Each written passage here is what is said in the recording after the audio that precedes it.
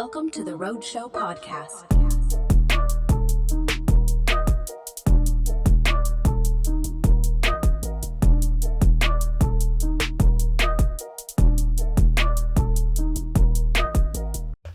So you contacted me about a week ago to sort this out, and I was really excited for this one. Oh, cool. Because you want to go deep on a few subjects that I think it's interesting that we should be shedding light on. Yeah.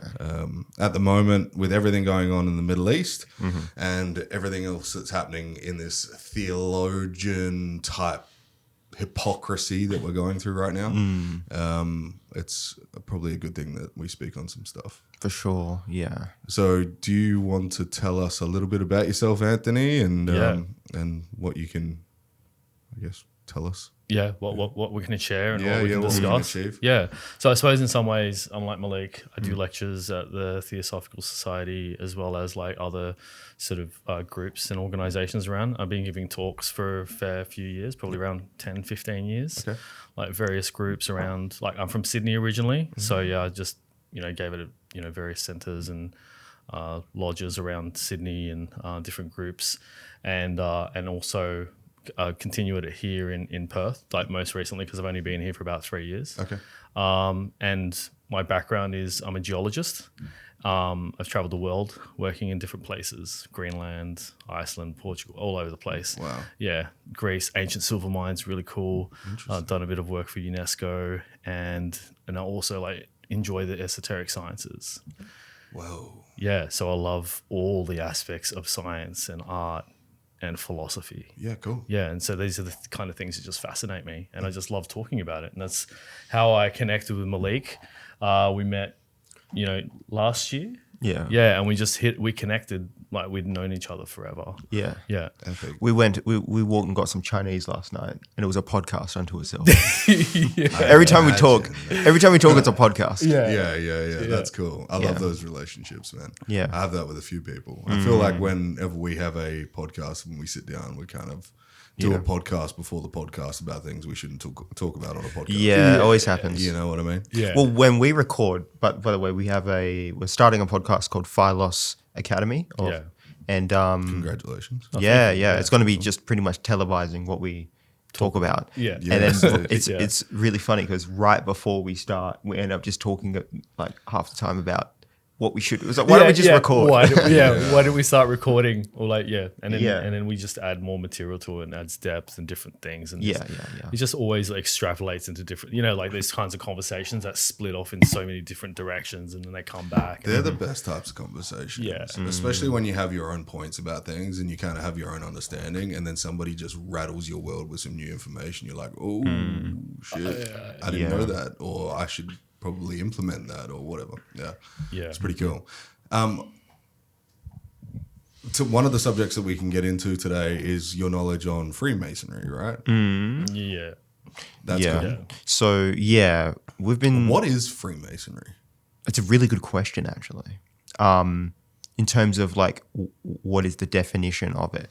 So the idea, and just to preface why we've been looking into it, is because I think with the Epstein files revelation, it's brought into the conversation this idea of secrecy back into it. Secret groups, secret trafficking, and so on. And the first thing that people point fingers to is Freemasonry among other groups as well. There's many other groups. The Illuminati stuff like Classic, this, right? Yeah. And Are they entangled? What? The Is Illuminati? the Illuminati a real thing to you guys? good question. I think it is. Adam Weishaupt's Illuminati that he created in like 1773. It lasted like 10 years and then it died out. And it was the greatest secret society that ever lived that never existed. Supposedly. Yeah, but it's the perfect. It still gets quoted today. Yeah, absolutely. It's the perfect cover, right? Because it did exist. Now the question is, does it exist now? Now, is it the same thing? Absolutely not. It's not the same lineage to it. But if someone were to create a kind of because secret organizations do this all the time. They create groups that are allusions to things in the past. So if someone were to create a kind of like a contortion of the Illuminati idea, which was just purely good, it was just scientific right? And then they were to create it, but the illumination there is defined as something else, then they have a perfect cover for technically not existing. Someone points a finger at them for existing, they go, no. Illuminati is an old thing that doesn't exist anymore. Perfect cover. So the thing is this, right, is that there are, well, I can't say that there are because we don't know that they exist. There's societies that are secret or have secrets, and then there are secret societies. Secret societies, you don't know that they exist. They don't have face value. Yeah. You can't see them. They're not public in any Yeah, they're not aspect. public. Like you'd never find them online. Right. Yeah. Yeah, you wouldn't find any record that they physically exist. Yeah. They're legitimate secret societies. It kind of seems like the Jeffrey Epstein stuff then would be a front to being like, hey, maybe secret societies It could be, do but this- exist. Yeah, it could be. But here's the issue. There isn't any evidence for it. Right. Now, this is the issue with referring to evidence. There's this thing, I call it my own razor that I came up. Have you heard of Occam's razor? I've heard of it. A variant of it is Occam's razor? Occam's razor. Is it Occam's? So Americans say Arkham. Ah, okay. The simplest explanation is normally the most valid one, or normally it's the shortest line between point A and point B is normally the best one. Another kind of razor that I came up with is that that which is designed to be plausibly deniable appears plausibly deniable. So when people create these allusions to secrecy or that they're a part of some secret group and that they use code words and this and that, they're often plausibly deniable. So that when you use it, for example, in the Epstein files, they use terms like cheese and cream cheese and stuff like that, jerky and so on, right? Yeah, like now, pizza, it's right? easy to just go, in court, it wouldn't hold up. It's just, they're talking about jerky. That's plausible deniability and it isn't evidence. But the thing is that if that's just standard for evidence, you'll never get any evidence for it. So that which is designed to be plausibly deniable appears plausibly deniable. So this is the issue with when talking about secrecy, is that it becomes really easy to It's just pointed at something that's obvious within society. Like, the Freemasons are quite obviously a public organization in so many ways. They advertise freely in most ways. They have open days where you're allowed to go into the temple and see what the layout of the room is. They'll even show you a part of their ritual if you ask them. And they'll, in the hopes to advertise themselves or, whatever their objective is. But, so this public facing identity of this, secret, like it was a secret society at one point, right? It was quite secretive. In some ways it had parallels to like the Eleusinian mysteries, ancient Greece, from 1800 BC up until 300 AD, you had this continual mystery, right? That was secretive and punishable by death if they even spoke about it or revealed any aspect of it whatsoever. And so that was a genuine secret society. But, Freemasonry, United Grand Lodge of England formed the United, what they call regular Freemasonry in 1717. And they were genuinely a secret society. Like, this is all public knowledge. They used to meet in pubs, and they used to have like a little carpet that they put down, and they do their rituals, and they attracted some really famous people like, George Washington, Abraham Lincoln, Shaquille O'Neal. Like, you can look it up. He's really funny. He's a He shows his ring anytime he can. Really? Yeah. Yeah. Oh, he's a know very. this. It's like it's a really kind of funny. prominent- Yeah. Yeah.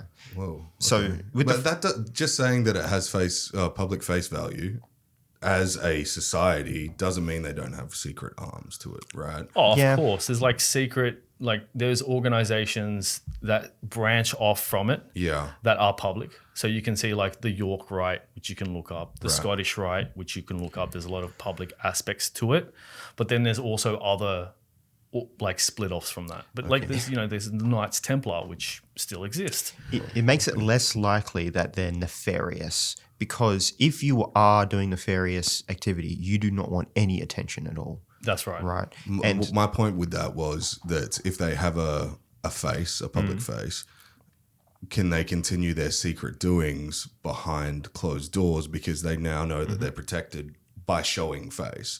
Yeah, it's possible. Like the Freemasons being the public face isn't no longer the secret society. You know what I mean? Yeah. But they're Yeah. condemned as if they are because, I hate to there's a lot of attachment to it. Yeah, I hate to refer to authority, but if you just read into them, the history of them, Please there's do. the public, very public books in it, like Freemasonary dictionaries and stuff like that. When you actually understand it, you see the limits of what it is and isn't. Yeah. There are other things out there that are heavily referenced by many people. Many people claim to be contacted by secret organizations that if you look them up on Wikipedia, they don't exist.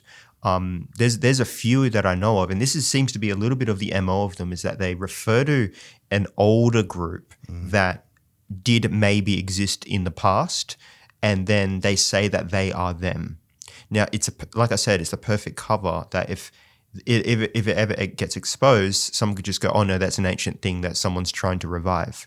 So there's two that I have seen in circulation. Illuminati is like, it became a public joke, right? In the 2012, 2013. Yeah. It was like funny. Kevin Hart was talking about it too. Who? Kevin Hart. Yeah. Now, it's kind of seemed like a thing amongst celebrities. Yeah, like an elitist type thing. And they do like the eye thing. Yeah. And there's like, levels to secret society as well. There's some that could just be like probably like just a club of people, and then there's people who could be up to not so good things. So we don't know. We can't just assume that anyone who is secret is bad as well. Another society which is rumored to exist by multiple sources is something called the Vril Society, which was the pre-Nazi party secret organization that led to the Nazi party. It's incredible. I'm pretty sure that was a real thing. The Vril Society. Well, it was officially, it's hypothesized to have existed, and it's contested whether it existed at all, right? But the idea is that it still exists, but there's no evidence for it. But it's said by a number of semi-reliable sources, you don't really know who's a reliable source, that it does exist. And that if it did, would be a real secret society, because we're even talking about the existence of it. Now, I'm much more concerned about what they're up to than I am about the Freemasons. What are those fuckers doing? So, like, even Epstein, all of that was done under, There's it gives you anxiety. I don't know if you've seen the documentary on Netflix, The Octopus. Oh, the Hydra.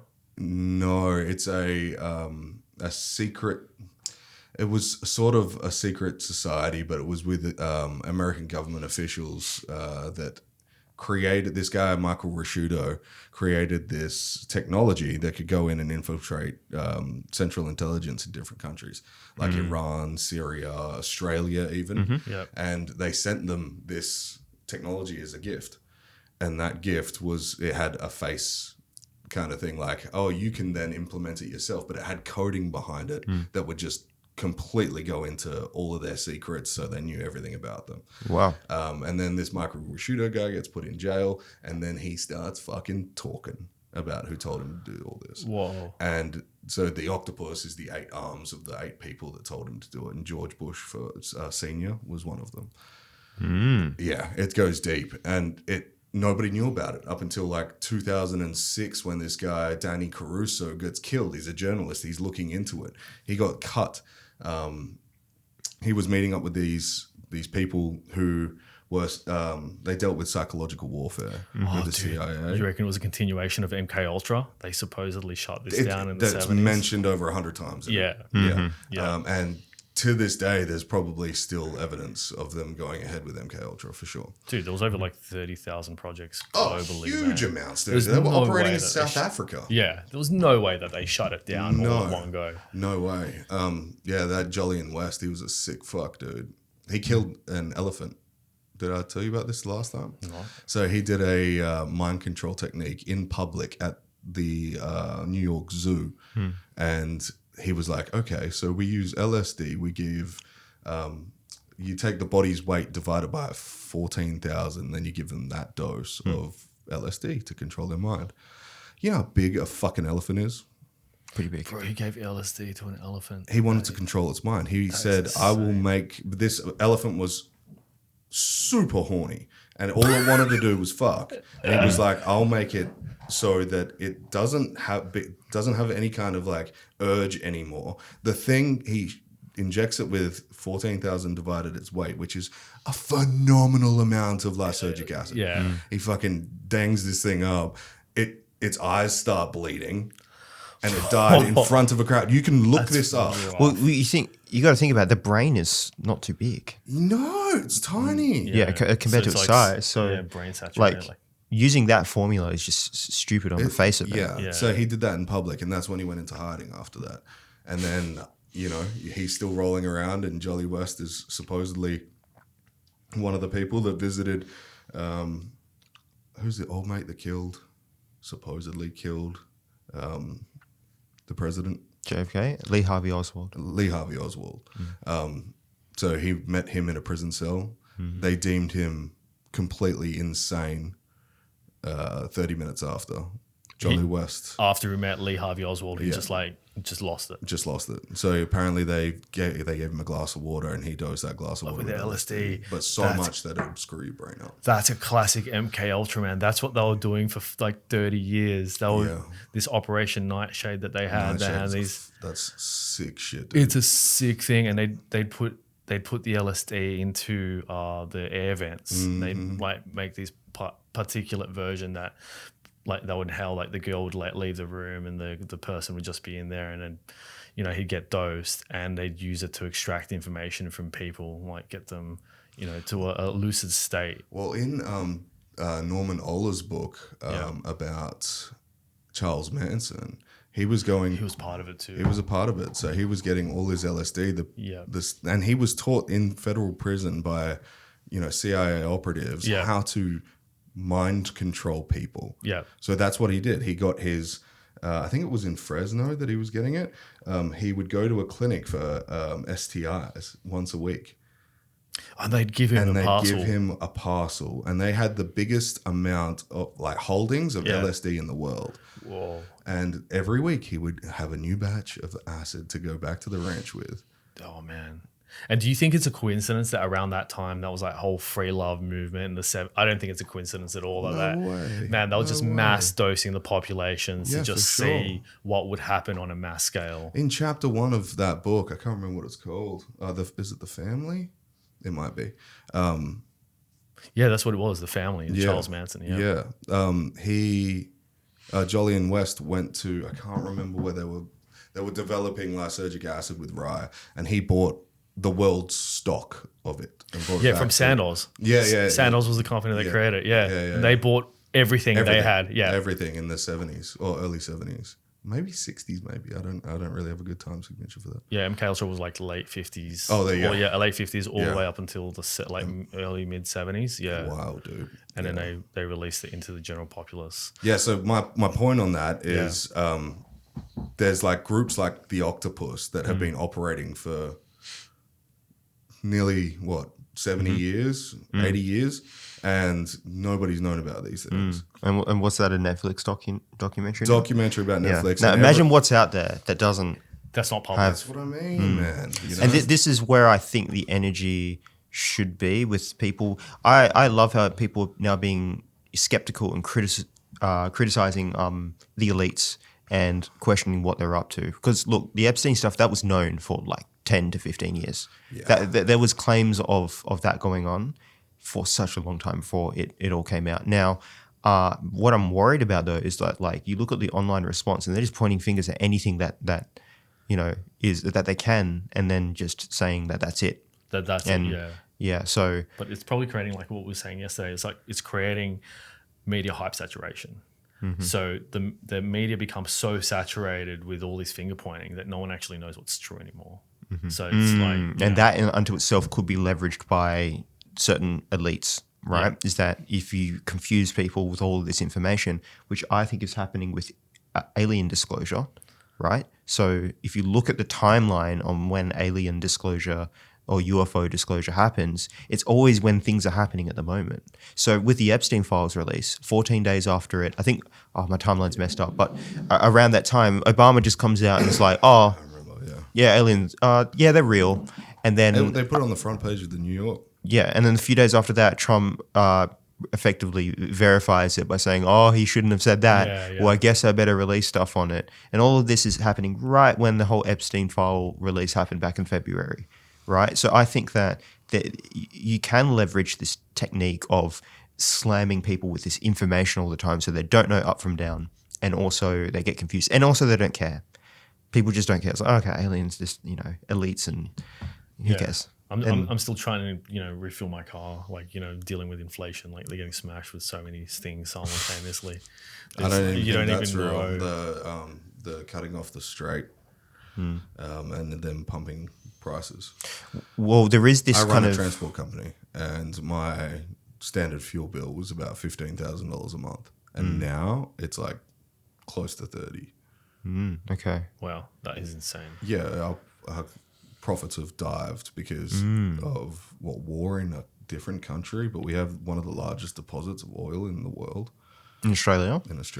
Well, we're the largest exporter of gas. Of oil. Yeah. Gas and oil. Gas, Yeah. So right now we're pulling about 80,000 barrels of crude oil out of the ground in Australia. Yeah, right. And that equates to about 4.14 million litres of diesel per day. yet we don't have the refineries for it. Yeah, and there's a reason for that. Yeah. BP, British Petroleum. Go into that. That's really interesting. Yeah. Why? So BP now its largest shareholders are Chinese operatives, Yeah. and which is very strange because China has a grip hold on the Australian market like you can't believe. Their major import of diesel comes from China into Australia. Our biggest sale of exports goes to China for refinery. So we're essentially sending something away, paying for transportation, buying it back at a more expensive cost, and then paying for transport coming back as well. And so BP was the last refinery in WA, right? Chinese markets knew that they could take over by A, buying up BP stock, and number two, selling their own fuel cheaper. So what they did is they sold all their fuel to other companies like Ampol and Caltex and all that, and they had a lower price. So BP were like, it's even cheaper than we can refine for. Yeah, so they shut the BP down, and then they inflated the fucking prices. Yep. So we get fucked as a civilization in WA. We get fucked because of the greed of other companies. But if every other petroleum and diesel selling company had their own refinery in WA, we would have the most amount of diesel and petrol and the least amount of inflation. I've heard we'd be one of the richest countries in the world. One of the richest countries in the world. If we did that with our own iron ore as well, if we refined here, we'd have the largest steel exports in the world. But we don't. We send it out as ore. Yeah. I mean, arguably, like if you look at it from a macroeconomic perspective, Australia has a really primitive economy where, like, you think about third world countries, developing countries, all they do is they dig it up and they export it Or store it. And Venezuela, dude. They store it. They had 250 billion barrels of oil stored. Oh, and they just held on to it. They held on to it. And then they were building the bargaining chip for creating the short squeeze. Yeah, they were. And then America was like, your president needs to go. So they came in, swooped in, and they took over Venezuela. Yeah. Took all the oil. Now, it's timing, right? Good timing. Timing is important because they knew that what they were going to do in Iran. It was so obvious. They were just securing resources, man. They were securing resources. It was like Command and Conquer, it's but on a global scale. Fucking disgusting. Yeah. And now people are complaining that per gallon, which is 4.3 liters, is that what that is? I'm pretty sure 3.5, 4.3, something like that. It's gone up like 10 cents American. And they're all like, oh, how are we going to do it? Ours is over doubled. Yeah, that's right. I paid $3.80 a litre for diesel across Australia. That's intense, man. Like they're paying $4 a gallon. So what's like $4.50 a gallon? They're all crying about that. Yeah. It's the equivalent of paying $1.20 a litre. I know. You see like American TikToks of them reacting to Australian prices. Yeah. Like, oh, why are they complaining about the price? And it's like, oh, a litre? Yeah. Oh, what's that, a gallon? Oh my God. You're paying $8 a gallon? But isn't it funny? The Australian dollar has gotten stronger. Yeah. Since the inflation. Yeah. So hold on. Who's that money really going to? Yeah. That's right. How does that work? Yeah, I don't know. I'm terrible with economics. Political economics is fucking me up right now because there's too many things going on. There's There's too a many guy named variables, David Pocock, I think Yeah, his name man. is. He is amazing. I've talked to him a couple of times and Oh, he was on the show? not on the show. Dude, you should get him on the show. Yeah, I need to. He doesn't come to Perth quite often, obviously. He's Senate. Is he part of the Senate? Senator, yeah. Senator. He's over in ACT, right? Yeah. Did you know how small the ACT is? Tiny, yeah. Tiny. It's I not. didn't know. It has massive roundabouts. It is the weirdest city It's to drive so around strange, in. Yeah, dude. it's full of just massive That's the roundabouts. capital of Australia. Yeah. Why is it so small? Why wouldn't Sydney be the capital city? Everyone thinks it's Sydney. It should be. It's like the cultural. It's the cultural. What's it called? Cultural Capital. center. Yeah. Cultural Do you know what capital else of is Australia. weird about ACT? What? Weed's legal. Everything's legal. Where the politicians are, all the drugs are legal. Yeah. What is going on there, fellas? Huh?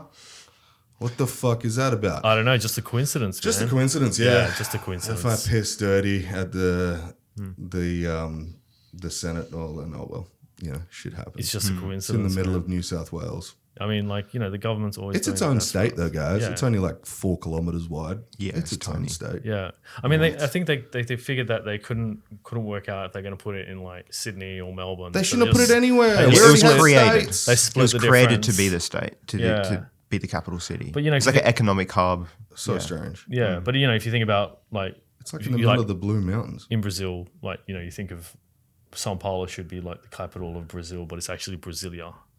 What? Yeah. So like São Paulo is like the biggest city in Brazil, right? There's like 100 million people there.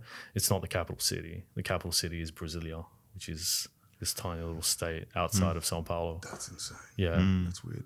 You've spent some time in Greece. Yeah.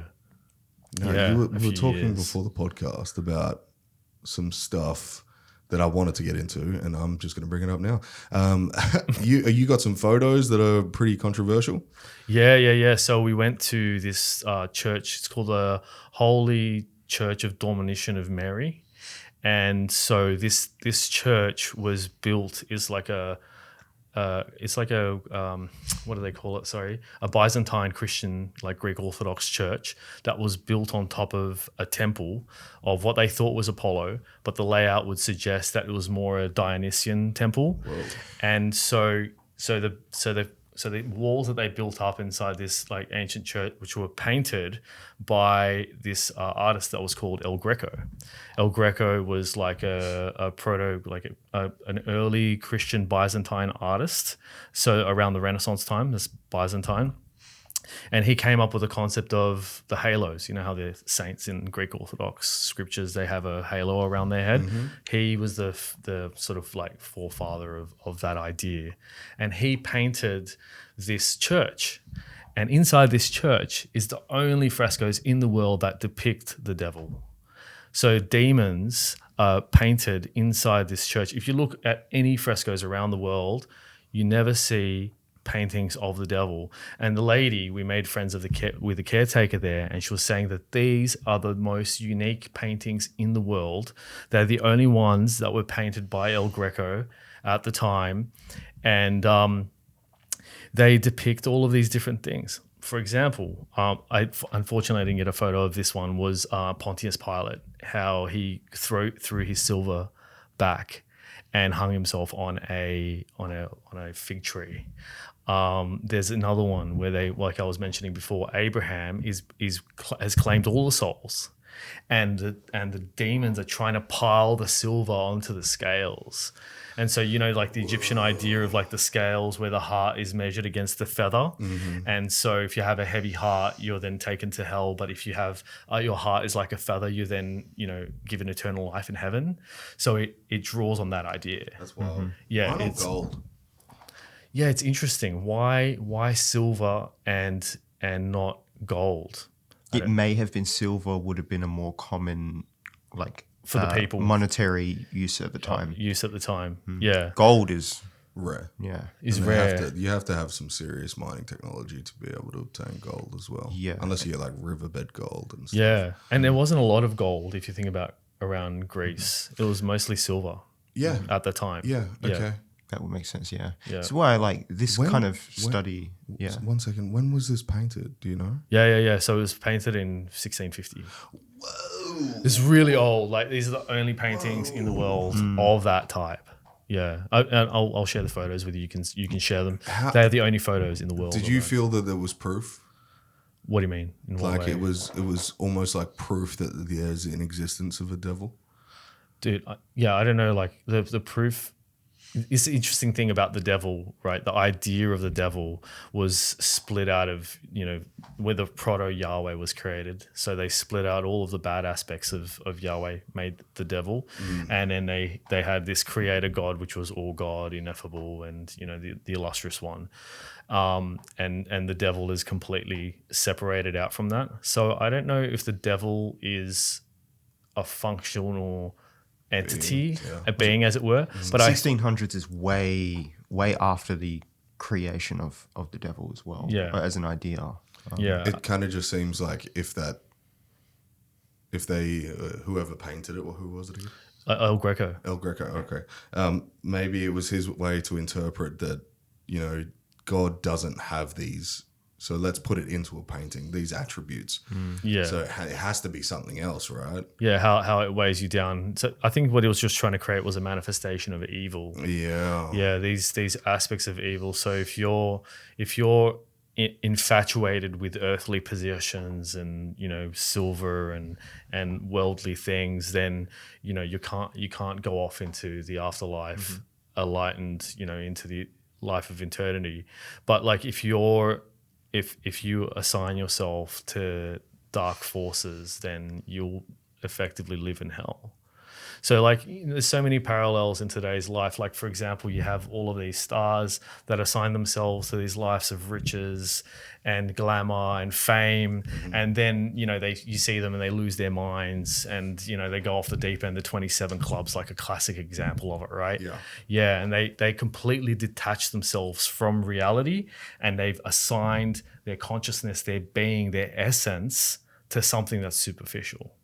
Whereas you have people that assign their essence and their being to something that's grounded in reality, and they go and they live, decent lives, they have families and what have you. And that's what the essence of a good life is, that you're giving to your community, you're giving to your family, you're giving to the people around you. Whereas these people that are completely attached to material things frequently lose it in so many ways. Like allegorically, they lose their sense of being, their sense of essence. As I mentioned before, the 27 Club, you have these kids that assign all of their identity and their beingness to the material, and they completely detach from reality. Fascinating. Yeah, and I feel that that's what that Gnostic fresco was about. So these were like these. There was a continuation of the Gnostic ideology that was represented in that church there. But, it's interesting that, when you think about these practices of Christianity, for example, that, they talk about like the Eucharist, right? Where you're drinking of like the body and the flesh of Christ, and how ancient these ideas are, man. Like, I've got Greek background, so I was at Greek Easter a couple of days ago, and we sat inside the church. It was quite a unique experience. I'd always been on the outside, but never sat on the inside. And I saw the holy light that comes out. The priest comes and brings out the tri-light and then spreads the light from within. And then we all hold candles, which is a representation of the light. And then we then spread the light to all of the other congregants. And the light then spreads all the way through the outside of the church and all the way into the congregants. So then the priest goes outside and he's on the podium saying, and this is a representation of our inner light being spread throughout the world. And Jesus Christ went into Hades, into the darkness, and he returned, with a light, and he repented for our sins. And this is why we celebrate Easter. And it says Christ is risen, which we say Christos anesti. And I was like, hang on a second. Christ went into Hades. Yeah. I was like, since when do we talk about Hades? It's like, well, I feel like isn't that paganism? no, well, Hang on a second. we need to preface on the mysteries. This is one of the things. Yeah, it's a perfect segue. Do you know about Greek mysteries? No. Okay, so Well, just I know some, but okay. I'm going to say no. Okay, very important. It was the most revered thing in antiquity. Cicero, the orator in a Roman orator, right? But he was the founder of Stoicism, Cicero. One of Yeah, it, so Stoicism comes from Cicero, right? Right. Yeah, I yeah. didn't know He was around the time of what's it called? Who had him killed? What's his name? Beheaded. Julius Caesar. So he's one of the great philosophers, greatest orator of all time, in my opinion. Now Cicero, he said there's nothing higher than the mysteries in our world, right? These mysteries, right? These rites were absolutely the most sacred and profound things in their time. Ancient Greece. Many, Ancient Rome. Marcus Aurelius. And Marcus Aurelius repaired the temple after it was destroyed. Plato, Aristotle, Socrates were all initiated in the mysteries. Yeah. Aeschylus, Sophocles, and Pindar as well, the great playwrights, are all initiated in the mysteries. Aeschylus, one of the great playwrights, one of the first ever, right, in all of Western history. He was softly referencing some of the mysteries, and they straight up tried to kill him. Yeah. He was exiled to either Athens or Sicily. Talk about secret society. Right. So this is where the idea of secret societies came from. wild. Yeah. So modern secret groups or occult groups invoke this kind of symbolism. This This is what framework. they're trying to be, pretty much. Yeah, that's right? the framework. That they're trying. And even the word mystery. What's the word in Greek for mystery? Mysterio. Right, and that means the same root of mysterio. occult. So Yeah. the Latin version of occult, Mystery. to conceal is occultus. So this is where the word occult and mystery comes from. So It just means hidden. Like even like the word a secret esoteric, society. esoteric just means esoterico, which is like inside. yeah, Yeah, versus exoterico, which is outside. Which kind of means like hush. Exoteric is just like on the outside. Yeah. yeah. Esoteric is. Esoteric is like inside. That's what I mean. So every Yeah. religion, Closed doors type. Exactly. yes, yeah, every yeah. religion has an esoteric. There's the exoteric religion and the esoteric religion, right? Jewish thought, it's all their esoteric stuff is oral to this day. They don't write down much of it. But they have the Zohar and the Sefer Yetzirah. Yes. Okay. Yeah. But the thing is with the Jewish rabbis, they're not allowed to teach non-Jews esoteric works, or Kabbalah as they call it. Yeah. And a lot of like Jews that arguably don't even know about the Zohar. No. the Sefer Jews Yetzirah. as It's a like this hidden not aspect of their religion. Like Yeah. most Christians don't know that there's like an esoteric or a Gnostic aspect of Christianity. yeah. So Christian killed their esoteric. The last time we spoke, that's literally my first enlightening of Gnosticism. Yeah. It's like, wait, what did you just say? Yeah, in the 3rd century, what was it? Pope Clement III, he completely erased any aspect of esotericism out of Christianity. Yeah, killed them all. He wiped the whole feminine aspect. So there's like, we know that Christianity is very paternalistic, but it wasn't always. Yeah. It was a very maternal, like had a strong feminine aspect to it, and that's actually also in some of the photos that I took, which I'll share. There is a strong feminine aspect to it, like. What was the feminine aspect? Like, was it like a feminine entity? Okay, this is a huge question. Freya, the Earth Mother. No. That's way too deep. Way so, yeah, He's a dum-dum. no. It's like technically correct, but the biggest one is the idea of the sacred mother Sophia. Sophia. Okay, yeah, we've talked right? about this. Yeah. Sophia is probably the most revered figure in Gnosticism. Sophia is the expression of wisdom itself. She is the Logos, and Jesus Christ is the earth manifestation of Sophia. It depends on the Gnostic sect that you read. They were hugely multivariate. So Sophia is the feminine. The whole universe is the female. The whole universe is, in Jewish thought, is the material universe, that is there's 10 emanations of God. This is the tree of life you might have seen. They use it in pop culture a lot. And there are 10 what's called sephira, or emanations of God. In Christianity, you have 3 emanations of God, the Father, Son, and the Holy Spirit. Yeah. Jewish thought, or Jewish Kabbalah, there's 10. So there's Keter, Chokmah, Binah, Then it goes to no, not Netzach. It goes to Yesod. Yesod's the final one. I forgot, it'll come back to me. Gevurah, Netzach. Then it goes to Hod, I believe. Yesod, Malkut. Malkut is called kingdom. It's the material world that we live in.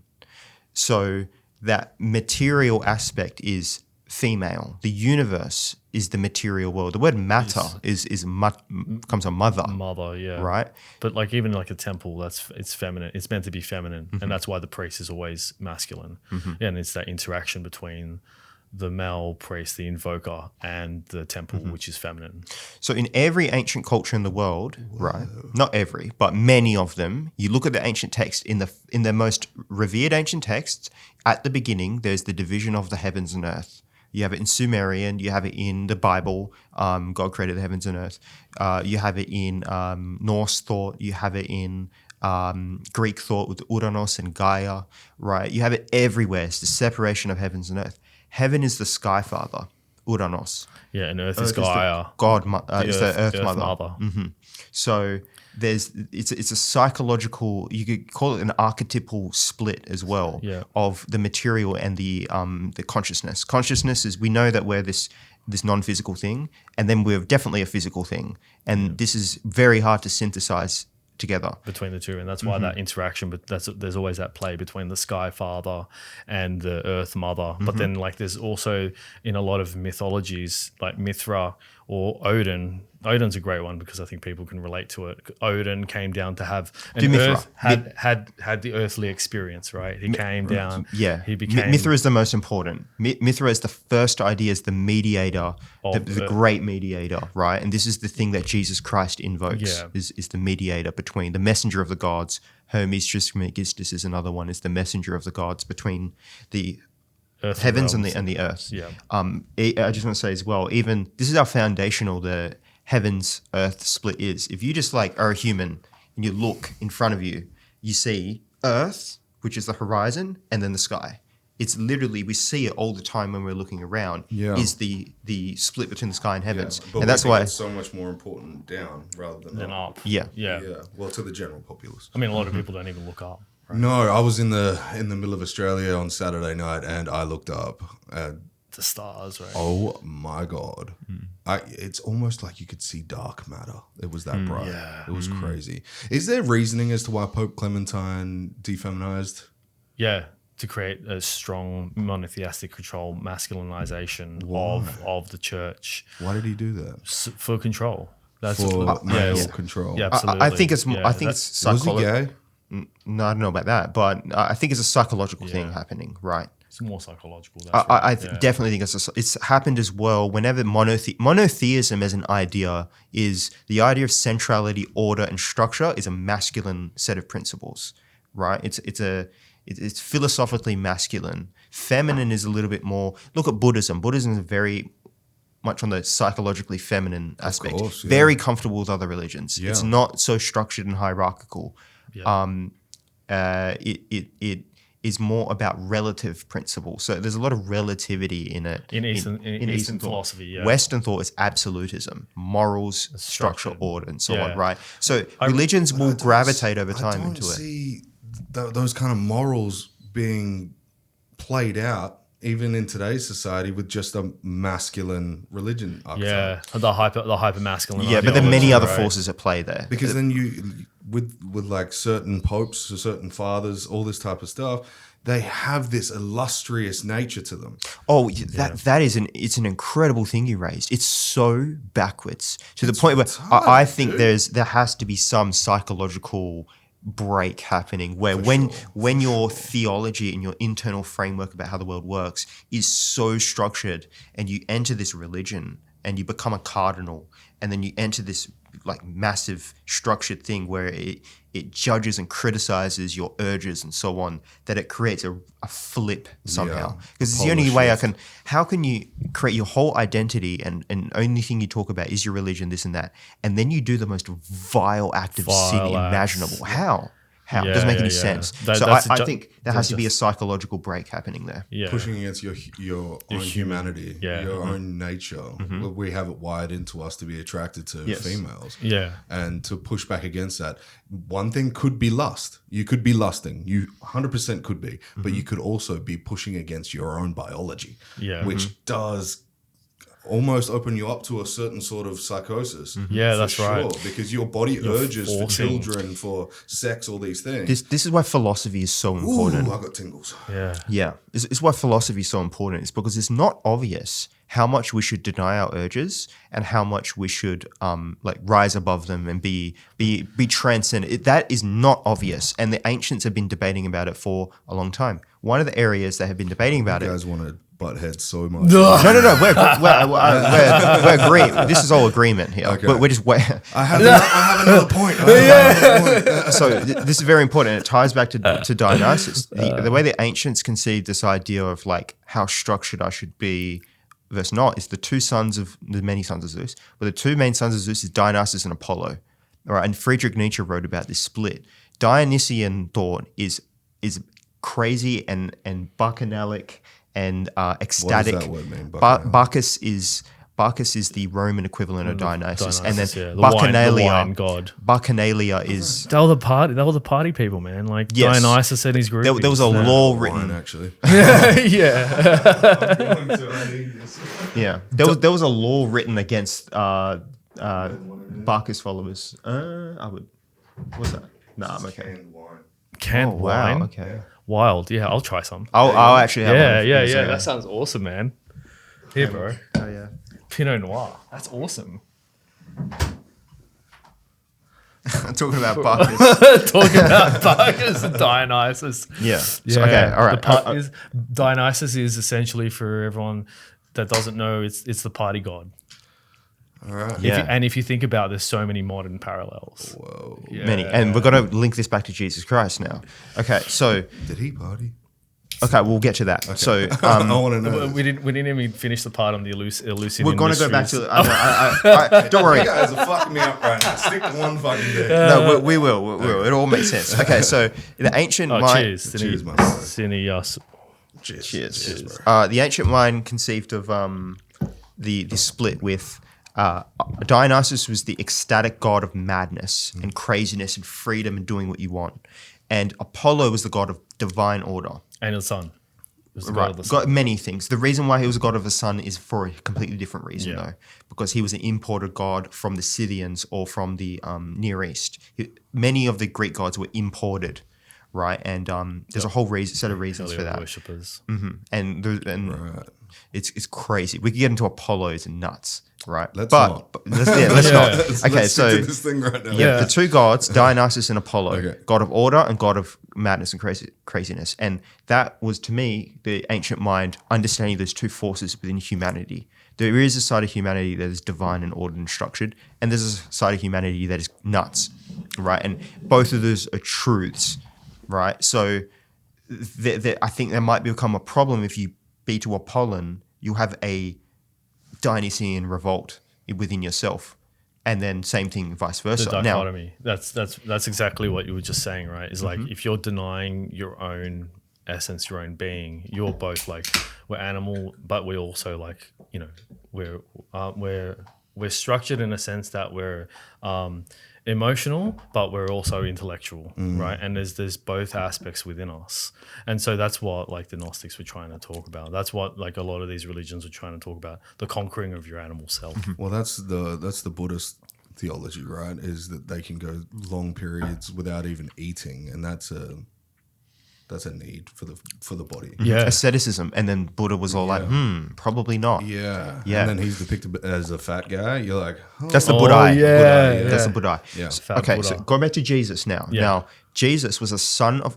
Okay, they wrote about him in the New Testament in Greece, right? All the New Testament documents was Greek, right? Now, to the Greek audience, which were now many of parts of the world, they could know Greek, but if you're writing to a Greek audience, how would you talk about the Son of God? The Son of God.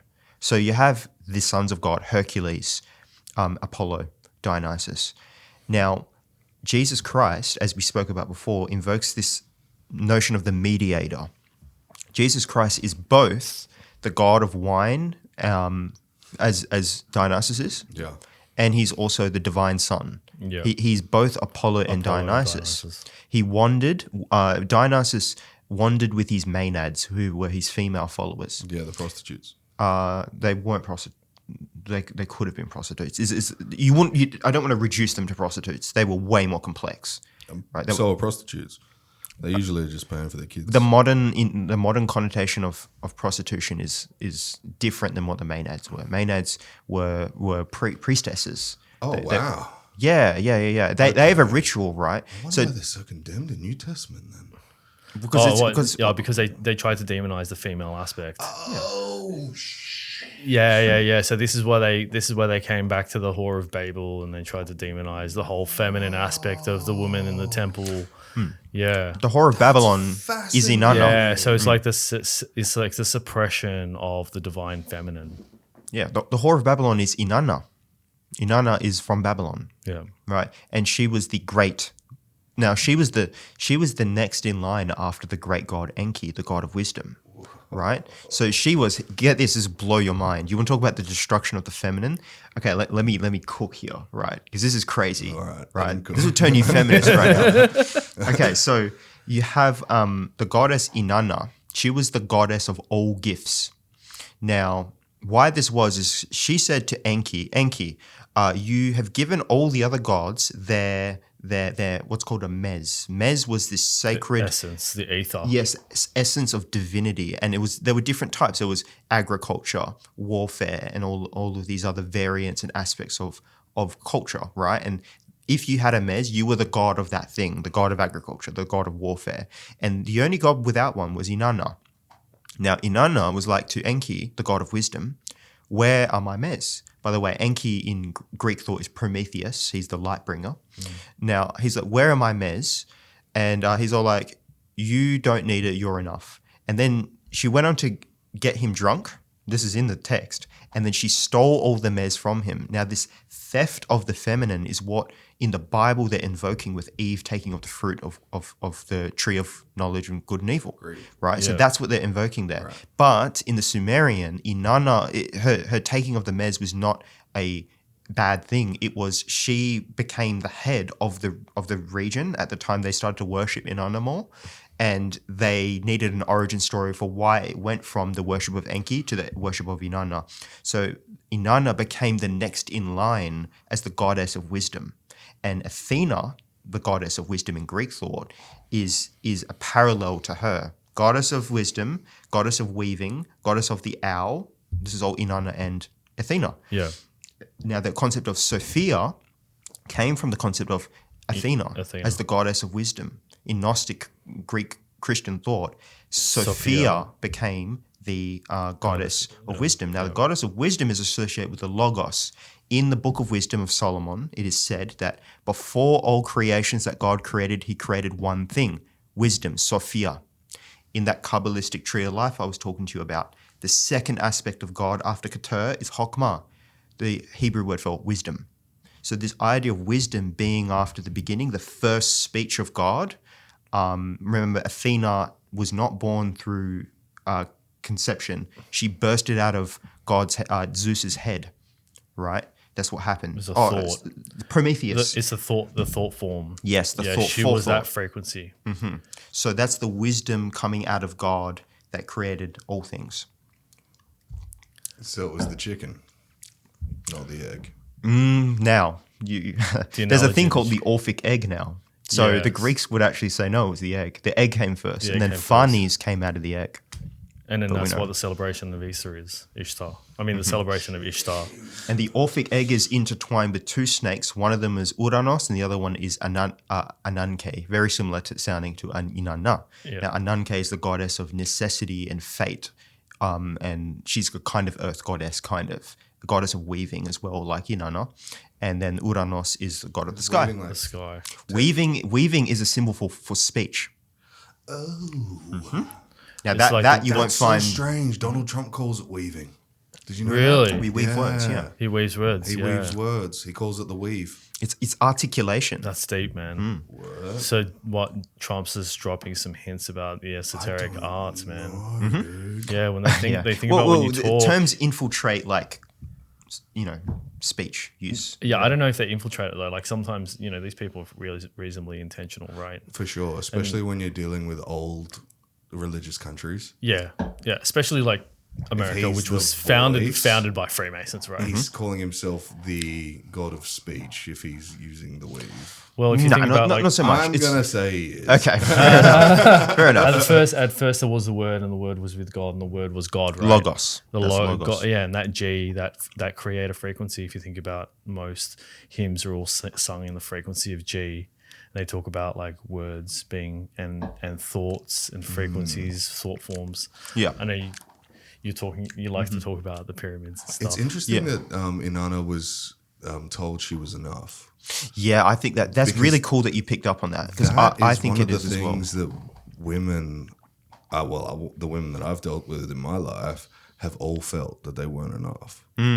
Yeah, but the thing is that he didn't just say that. He said something else. He said, "I have given you woman's speech."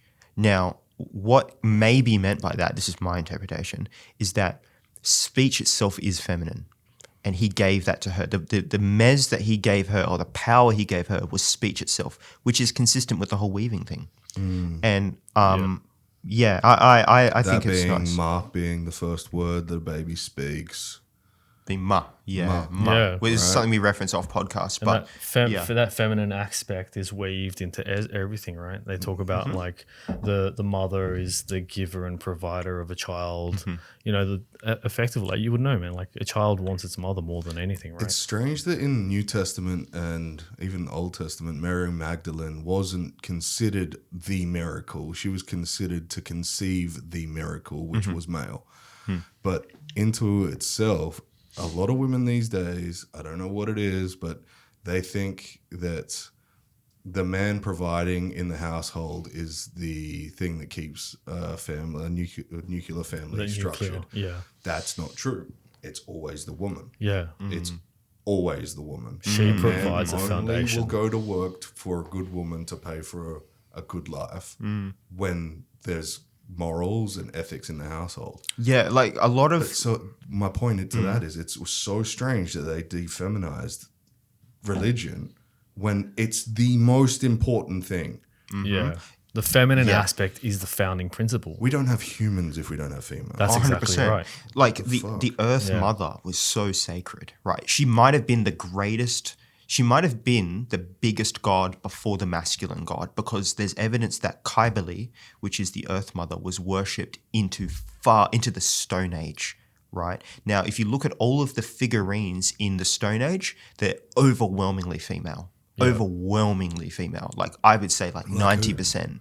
Huh? Like who? We don't know because it's the Stone Age lost. One of them we know is Kybele. Of course. But one of them we also know is Venus. Like Kybele, the feminine mother. Right. Yeah. And she's depicted with two vernal lions. Yeah, vernal worship was the biggest thing in Oh, antiquity. Tell So about the Stone Age. what's the Stone Age? The Stonehenge. Yeah, so Stonehenge was meant to be aligned with the vernal equinox. So like they lined it up so that when Venus would rise in the sky, it would line up perfectly in time for the vernal equinox, and that would signify a time for harvest. Wow. So I was there 3 months ago.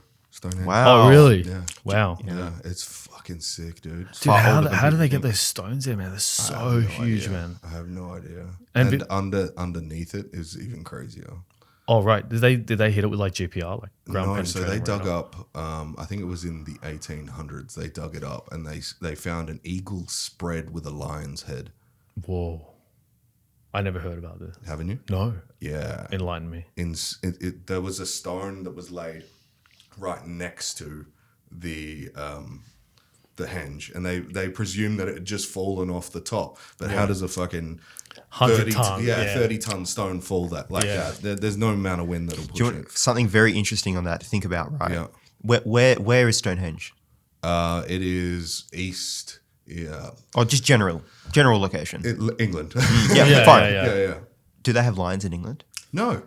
You know what So- else they don't have? Fucking eagles. Yeah. So, but this speaks to if you track the migration, the archaeological migration of lions, Yeah. then you can actually know when certain cultures picked up ideas. And if you find, insane. and you find, I actually study this, this very thing because the goddess Inanna is associated with the lion. I'm thinking, wait, there's no lions around that region. No. And then it turns out that lions were all throughout Europe, Yeah, of course. but a long time ago. Yeah. Far longer than they say that how old that is. It makes you think, though, if the land, like, what do they call it? Pangea? Pangea. Pangea? Pangea, yeah. that's the one. If that was a literal thing that happened, the land movement, the terraforming that happens, and if this is a complete hypothesis, if Stonehenge was there, let's say 200,000 years ago, there's terraformation. It's no longer going to be pointed at Venus. It'll be slightly off. It might be at Leo, right? Like Might some be a constellation Leo or something else. Well, yeah, they found this in with the Sphinx that it may have originally been pointing at the Leo constellation. Did But you- when we're talking about Pangea, we're talking millions of years. Do you know why the Sphinx doesn't have a nose? Because water erosion. I know what you're going to Ooh. say. I know what you're going to say. It's been debunked. Napoleon knocked it off. Nope. Oh, why? No, shot off. No, okay, yeah, It had an African yeah. nose. Oh, okay. Yeah. Are you joking? No. Okay, No. it's not true. I know this has been debunked. What, they The whole shot nose it thing. off? They didn't, Yeah, they didn't no, shoot it off. No, they're depictions I of thought the it was Sphinx. like water erosion. No, they're depictions There's of the water Sphinx. erosion up until the top of the face. Yeah. No, the whole head. The theory is the whole head didn't even exist, let alone the nose. So the nose being broken off was depicted before Napoleon even existed. So the nose has been missing off of it for far longer. This was stated by Robert Schoch. He's wrong. He's wrong. He's dead wrong. too. You can't No. ask him. He died recently. Almost got like a yeah. Jesus aspect to it. Yeah. Yeah, it's funny, like these geologists that got into, mystery schools and, Yeah. and ancient history, like hidden history, right? Yeah. But it was How the fuck did they build that though? dude, how do they build Chisel? how do they build the pyramids? Have you seen Do Göbekli Tepe? Oh, bro, I've been for like about 200 kilometers from Göbekli Tepe. I wanted to go, but they they don't- they don't- can't. We can't take you. out there. Yeah, they shut it down. Yeah, Really? They filled it Yeah, in. they shut it down for Oh. 100 years or something. Yeah. They filled it in. The top of it. Yeah, which that it They're might be. It pushing might be back for good against- reason. They're pushing back against it at the moment, but Yeah. there's been a lot of stuff around Göbekli Tepe that's happening as well now, which is fucking awesome. They found Yeah. the column. Have you seen that? I think it's called No, I can't remember what it's called. But they found a column that runs about 300 meters down. Wow. Yeah. Yeah, they were 300 far more meters down. sophisticated. 100 meters. Bro. But do you know how old? So that means it's all been filled in by filled in. over Yeah. over erosion They're and saying that times. there's mostly structures down there too, so it's like. Yeah, it's crazy. This is right at the end of the Ice Age. Have you seen the? Oh yeah, right at the end of the ice. Right at age. the end Yeah. of the ice So age, there yeah. was a hut found. I think it's called Camp Comboda. It's a hut that was found in a ravine, and they carbon dated the wood. 450,000 years. Yeah, and the funny thing is they were talking about European people transiting across into the British Isles, Yeah. and that was like before the last glacial maximum, which was over 10,000 years ago. Yeah. So yeah, like you're saying, that hut that was like over 500,000 years ago, and then they're talking about other ancient opportunities, like walking across land masses that are now filled in by water, and these sort of like interglacial periods around the world. Like I think of it like, all right, so they talk about, this is my theory, right? So they talk about the evolution of humans, right?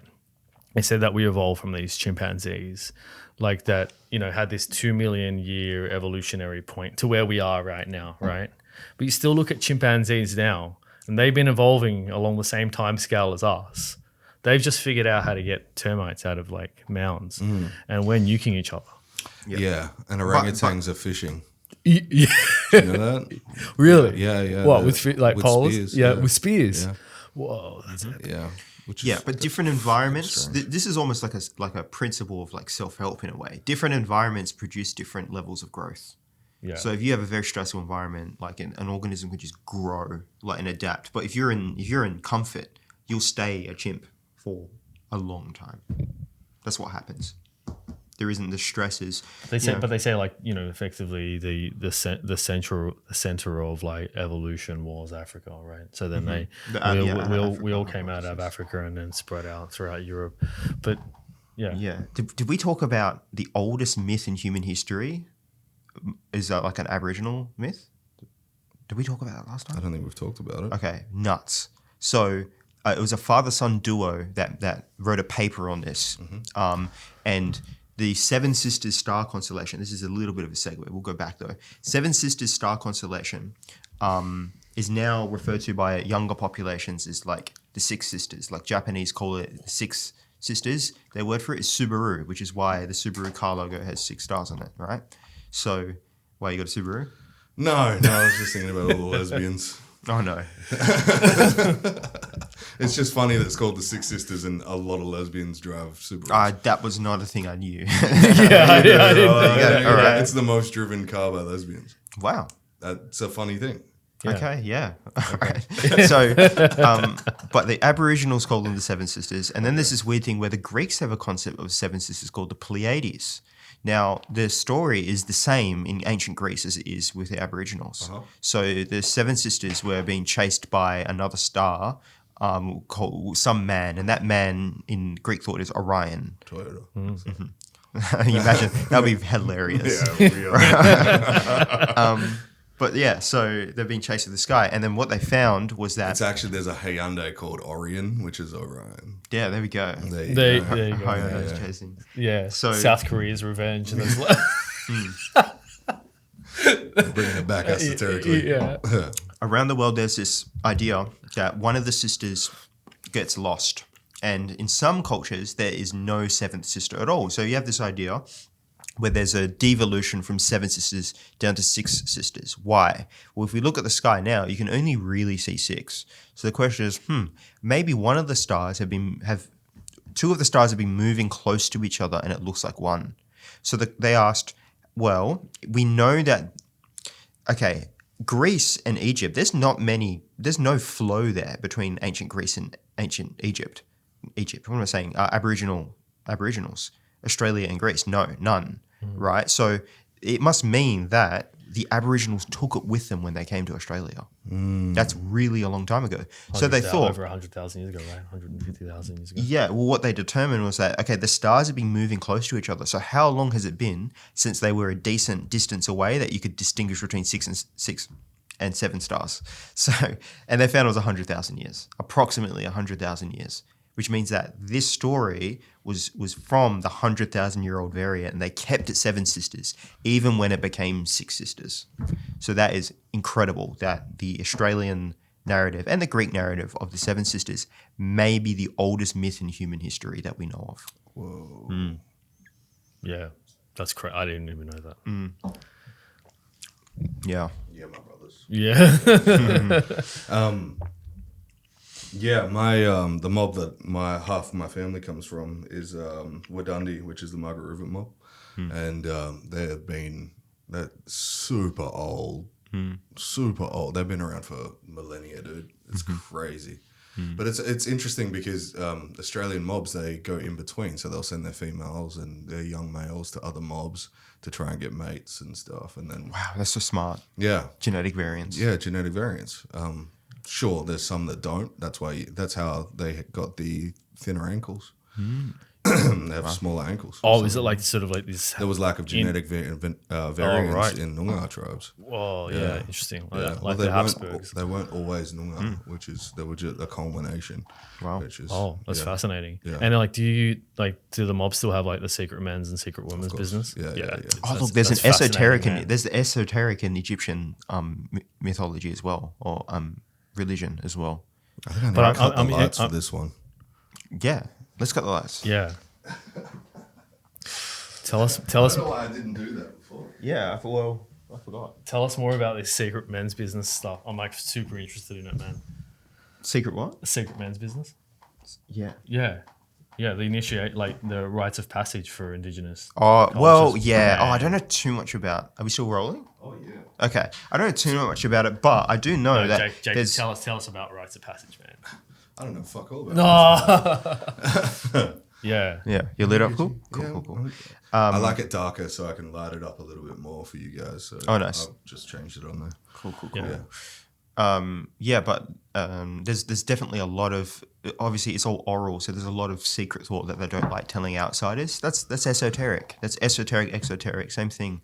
You know, all cultures have it. Yeah, oral tradition has been like oral tradition throughout the Jewish history for as long as it, as it's been recorded, and that's why a lot of it was, I suppose,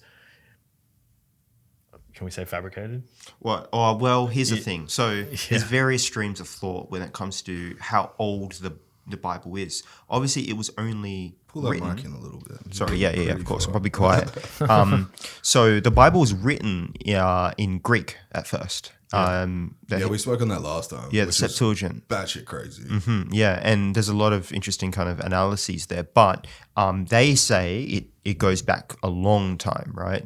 2000 BC or 1500 BC, 1800 BC or something.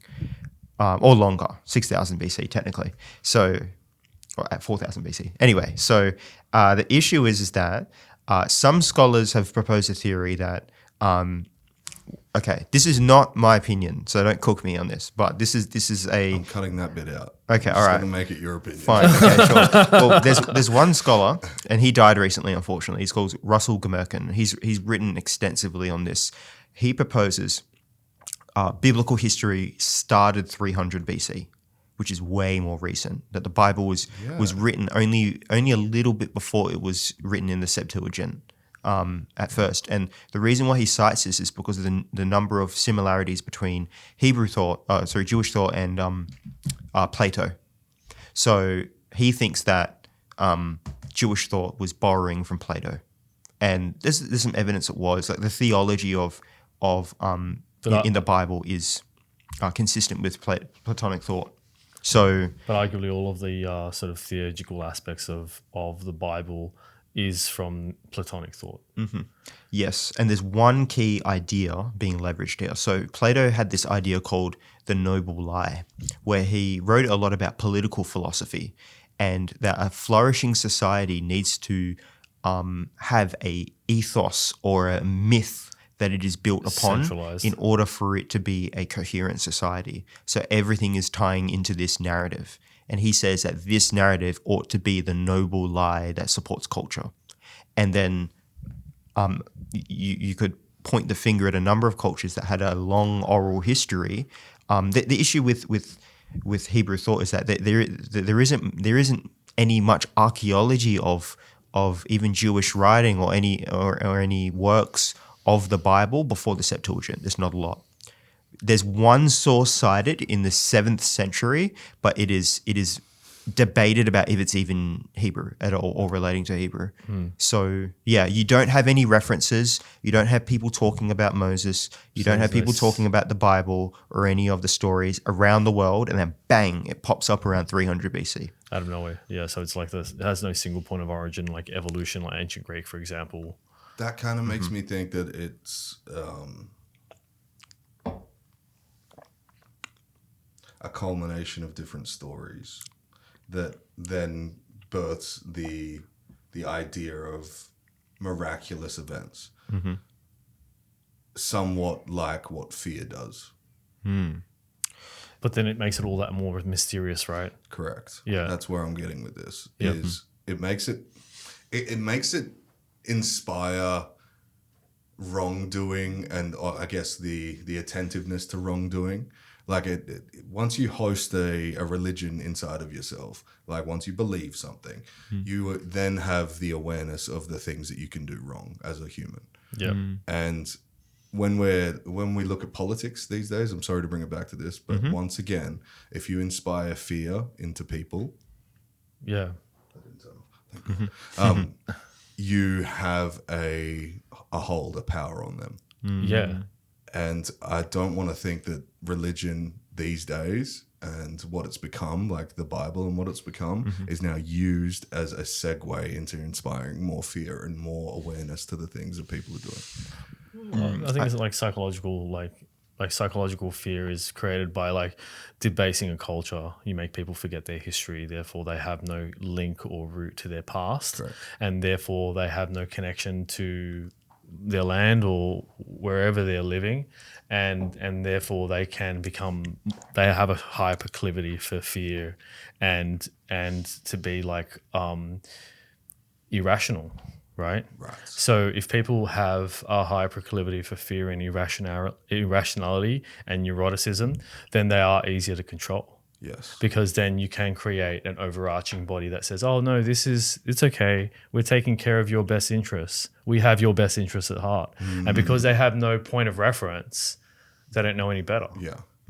So that's why... Is just to bring it right around to the start again, does the Freemasons, like from your guys' knowledge about it, do they hold a religion?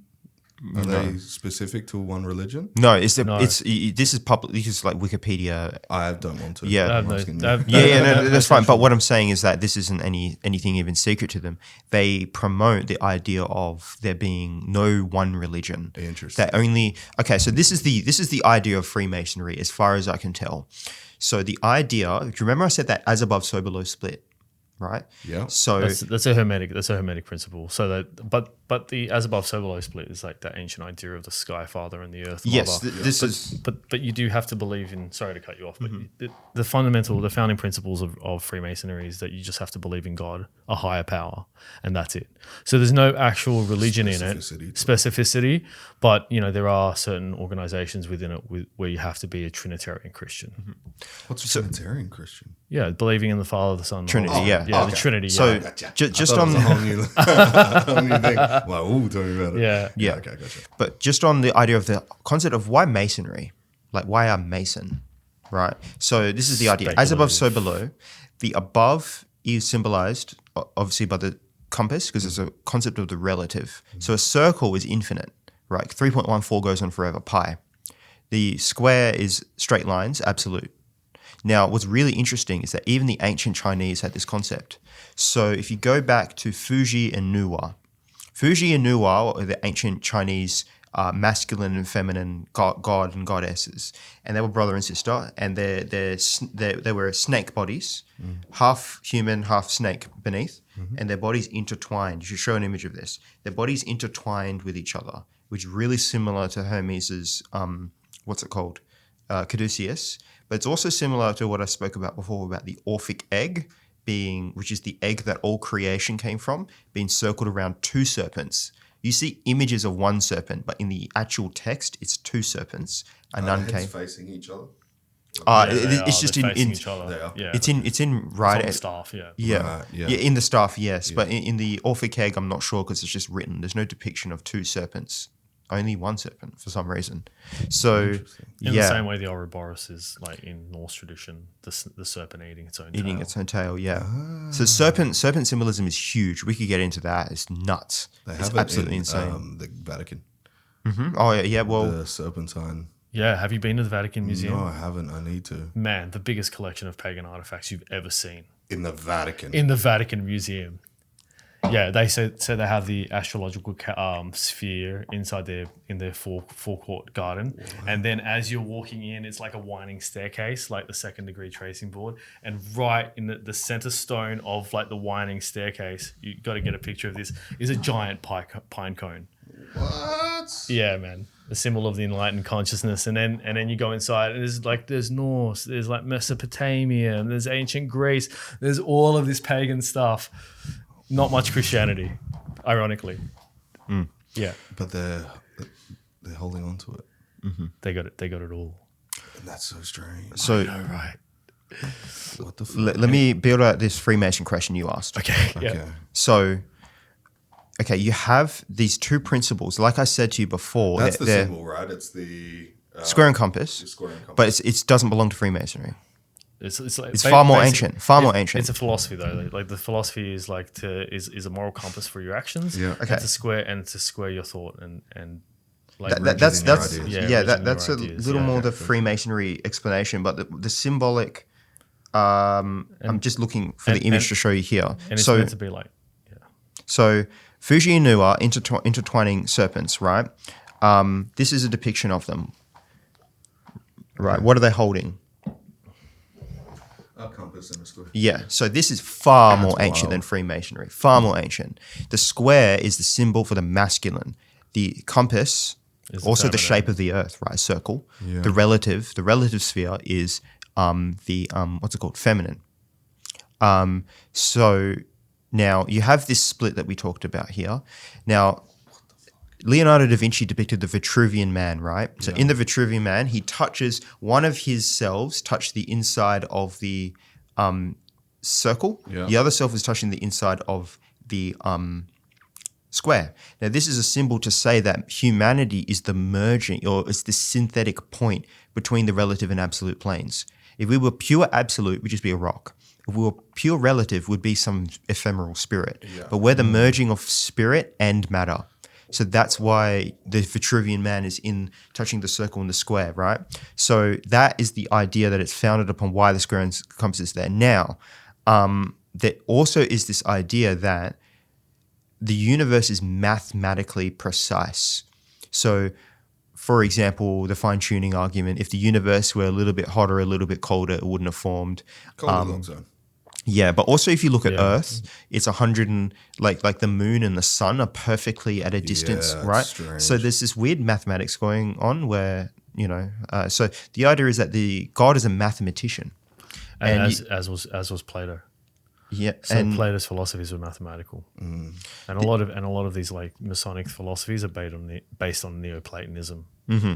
Neoplatonism is everything. So this is a depiction of Jesus with the compass, right? Mm-hmm. So it's a Christian idea, right, in essence, but the idea that God designed the universe according to a certain... What's that image called? The name of it, God the Geometer. Okay. And so the idea... Put that up on the screen. Yeah, so that's what the G is in the middle. People argue different things. Is it God? Is it geometry? Right. Yeah. So that is the idea. So it's all to do with like... the mathematical fabric of our universe. Yeah, it's not religious.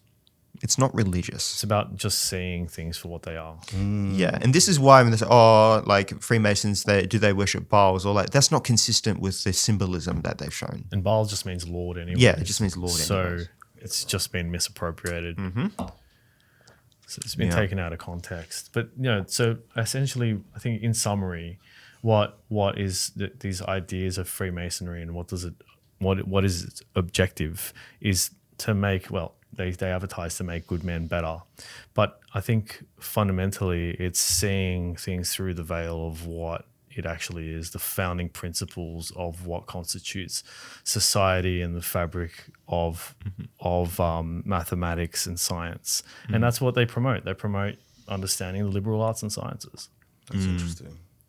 Almost like they're the conspiracy theorists on us. They have the conspiracy on us. Yeah, right. So like those who are blind, who don't have eyes to see. That's a really good way of putting it. Yeah. The people who haven't been initiated are the ones who are more sus of being, subject to nefarious intentions. We're the pure ones. Yeah. And I suppose in the same way, like enlightenment is even perpetuated throughout different aspects of society. Like, when you go to university, you get 3 degrees. You think it's a coincidence. You get your 4th degree and you're the master, right? And so you receive, to be enlightened is someone that just has knowledge. Is it like the Ku Klux Klan?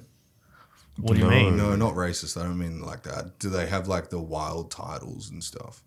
That's a wild way to phrase it, but I mean, like Albert Pike was a Freemason, right? And he was in the Ku Klux Klan. Was he? I didn't know that. Yeah. Isn't he still alive? No. Albert Pike, no. It was a long time ago. Gone. There's an Albert that I think he runs it now. But I suppose it's like really nice guy. They're not that racist anymore, which is fucking strange. It was very hard to be with all the Anti-Defamation League and everything. They would just get arrested, so they can't. Yeah. They're still racist, but they just don't say that they are. They're more esoteric about it. Esoteric. Yeah. Esoteric, Well, they do. right. I watched this YouTube documentary about how they do initiations. Like they sacrifice goats and everything. There was a crazy. You have to watch it. It's I've just, eaten goat. It's pretty fucking good. yeah, but have Yeah. you sacrificed one in a circle with 8 other blokes? Probably not. Sometimes. Sometimes. Yeah, Friday. If before we're make a hungry on the stew. hunt. Yeah. No, they drank Cook his it blood up. and everything. Oh, It was that's strange. yeah, no, it was I say that's strange though, but fucking blood pudding is pretty good. Blood not sausage, eating blood in pretty any Blood way. sausage is really nice. Yeah. Nah, I'm never having that. I don't even do like offal. I can't do blood. Really? Nah, Dude. nah, I'm the So child. rich in minerals. Yeah, rich in all kinds of things. Yeah, well, Terrible. there's the Hudson tribe. They kill baboons. They eat baboons and drink its blood. No, they can keep that. Yeah, there was like those African tribes that only eat blood. Yeah. That's what they survive on. Oh yeah, there was And a they ate- right where like you get like there was the bloke who's the fattest, and they drink blood and milk, and then the bloke who's the fattest gets like all the women. Yeah, That was like trending that's on social very media. common in ancient tribes. Mm. Very common. If you were the big fat guy, you were generally the chief. Well, have you seen that depiction of Because it's a Venus? depiction of wealth. It's not actually Venus, but it's like a old Earth goddess, and she's a massive obese woman. Yeah, voluptuous. Yeah, they worshipped like That- abundance. That, right? that was really popularized in like Minoan civilization, ancient Greece. Like Mm. they had their women were depicted as being very voluptuous. Yeah, It was probably rare. Like you would never see like an overweight person. Do you know what's strange about Yeah. that? The males being overweight. When you become overweight, your estrogen goes up. Estrogen, yeah. Adipose tissue is estrogenic. Yeah, yeah. which is quite strange. Mm. Like these extremely wealthy people, everyone's in poverty around you. You're making these decisions Mm. for, say, government, or even if you're a king, a pharaoh. There were a lot of overweight pharaohs. Yeah. Mm-hmm. And, Yeah. but that was a symbol of them, just their abundance. Yeah. Yeah, but whereas now, like being overweight is a symbol of poverty, which is ironic. It's like it's like Things a become status symbols. Like it's even become with the the, documentary. I hate to mess this up because it's current, but I'm fairly certain it's the maybe either the Thai or the Vietnamese do it, but they have a toothpick in their mouth a lot. Like you go over there and they just have a toothpick in the mouth Why? because it's a signal that they've been eating recently. So it's like, it's a status symbol. I have like meat stuck in my teeth. I can show you how. Yeah. Whoa. So the toothpick became a status symbol. And then it became America, attractive. Then it they becomes attractive. It enters the like space of like Zipper's toothpicks. They're not a sponsor, obviously, because it's an American company, but they're toothpicks and they're dipped in nicotine. oh wow. Yeah. So if you like a toothpick in your mouth, they have nicotine on them. It's a big thing in the States, isn't it? Like chewing tobacco. Yeah, chewing tobacco. Yeah. I've tried it. It's fucking disgusting. Yeah. Yeah. It was a Tastes great like- way to get mouth cancer. Yeah, well, so are Zins and Yeah, stuff, but man. But yeah. they Not so don't- much. Nicotine is not that carcinogenic. Yeah, no, it's really not. It's what it's attached to and what it's grown from. Mm-hmm. And synthetic nicotine is actually quite healthy for you. Synthetic nicotine. Yeah, nootropics. Oh. It's definitely a nootropic. Whenever I have nicotine, I'm like, woo, and I have it every day, all day. Yeah. Dan Huberman talks about. Do you, Sorry, you don't get Andrew any Huberman, drawback talks effects about- with that? Oh, huge. I get headaches Oh, okay. if I have too much. All right. Because I do like 2 milligrams once every few days. Okay, yeah. And- well, I get headaches if I have too much, like if I feel like I need it, and I'm like kind of staying up a little bit too late, and then I have one. Oh, my head's like, why are you doing this? Like, the body's supposed to be shutting down. Why are you stimulating me right now? And then, like, I can not have one for days on end, like a Zin. Yeah, not addicting. I'm not. I'm not an addictive personality. I have a either. huge addictive personality. Oh, really? Huge. How are you not massive. getting addicted to them, man? Is it 'cause When of you all have the a doses? realization of abundance, like I hold heaps of them at one time. I'm like, I don't need it. It's there if I need it. Yeah, wow, that's really interesting. Kind of like the opposite of what like a meth addict would do. Like they would smoke all of their stuff and then they're going out and get some more because we need more. But if they had like a heap of, have you heard of the theory of Rat City? Have you seen that? Yeah, they put cocaine in the water of the rats. Only like 1% or 2% of these rats would get addicted to cocaine water. Yeah. And they put sugar water in the rest of it. And 98% of the rats were addicted to the sugar. It's so much more addictive than cocaine. Yeah, sugar is it's like deceptive how addictive it is. Because it has a caloric formality to it. Yeah, because it's like energy, like it's a form of energy as well. It gives you energy. It doesn't just use what you've got. No, that's right. Just like caffeine. Like a lot of people are addicted to caffeine, but caffeine in and of itself doesn't give you energy. No. It increases your dopamine, and then you use more energy. Your energy expense. A lot of thermogenic products are caffeine rich because caffeine is a fat burner. Caffeine is a fat burner. Fat burner agent, yeah. It's also a Appetite suppressor. diuretic. Mm-hmm. Yeah, that's right. You don't keto or anything? Right now? Or any ever? I've used ketones before. Okay, I see. Yeah. I found they gave me like diarrhea, dude. What? Yeah, Like but you getting got to to do the things state. out for a long time because your body adapts and stuff. Yeah. But when you've stopped sugar, like completely, you don't even want it. No. Yeah, It's like strange. Yeah, when also you like- start to get fat adapted, when you do keto or carnivore or any of those, you start to realize, oh, my brain doesn't need, or my body in general doesn't need sugar. That's right. Your inflammation goes down, your ketones go up, and you start to like have a real like soft plane of energy. It was like it's right there. You're not having these insane valleys, Spikes and troughs Yeah, of yeah, energy, exactly. right? Yeah. And I've got Dr. Anthony Chafee coming on next week. Once again, we're gonna have a conversation because I have so much more. That dude, I spoke to him the first time 4 years ago. He looks younger now than he did 4 years ago. Yeah. There's a guy. Do you know the black dude from Ghostbusters? Like the first one. He was one of the Ghostbusters. Yeah. I know of, yeah, but yeah. Something. Oh, wait. The same guy who voiced, what's his name? Darth Vader? No? Yeah. Earl Jones. What's his name? No. It's not Earl Jones. Oh, okay. Never mind then. No. Yeah, I don't know. It's this one guy. He is fucking ancient now. I think he's 81. I'll show you a photo of this guy. He's carnivore, bro. Yeah. And he looks Really? 35 years old. Whoa, no way. So, but he must be doing like the correct type of water and all of like the trace vitamins and elements. Does he get like the Ernie Hudson. That's right. Ernie Hudson. Ernie Hudson now. So does he get like a genetic test to tell him what 80. substitute vitamins that he Look at needs? him. Whoa, man, that is insane. He's 80 years old. Yeah. What's the secret? The carnivore diet. Just the carnivore diet. Carnivore diet. He doesn't eat anything but meat, and he is jacked at 80. Yeah. Look at him at 1980, and then he's 35, and 2024, 78 years old in that photo. He looks younger now. How does that make What that the is fuck? amazing, man. What the actual fuck? Wow. Yeah, wow. So I have questions for Dr. Anthony Chafee because to be able to reverse your body's biological age without any inflammatory variants is a fascinating thing. Is that like that Johnson guy that gets his son's blood and he cycles his Brian son's Johnson. Brian Johnson, yeah.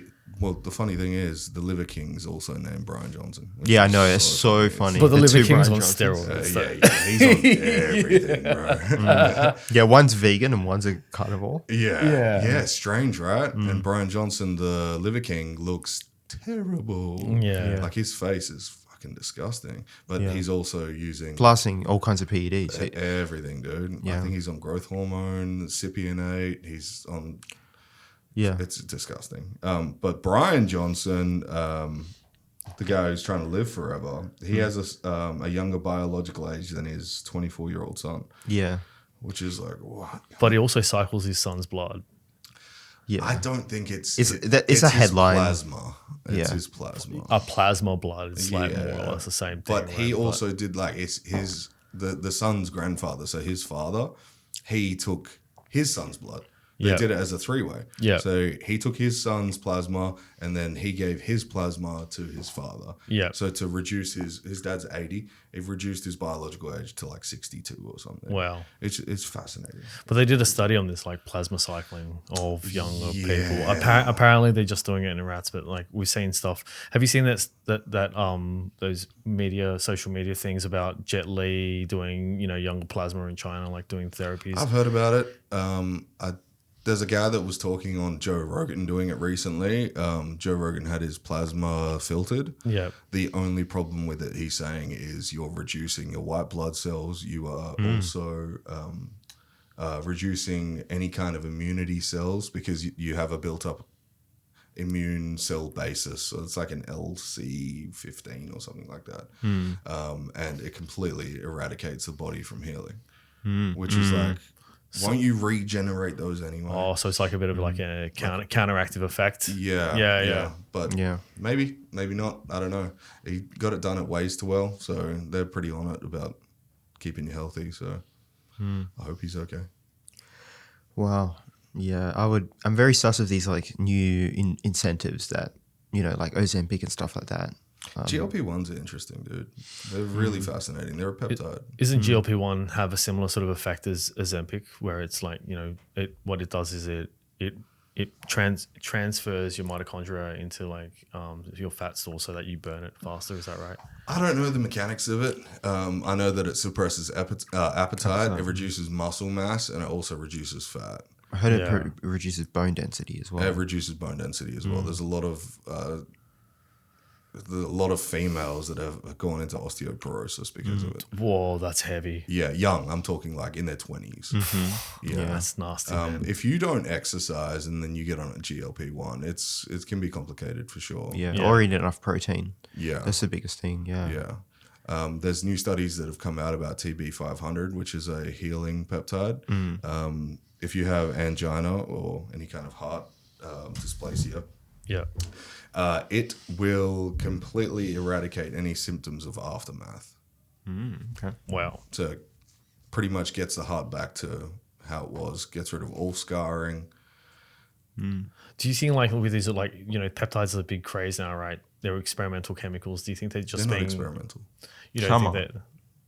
They're not experimental. So how long do you think they've been around for?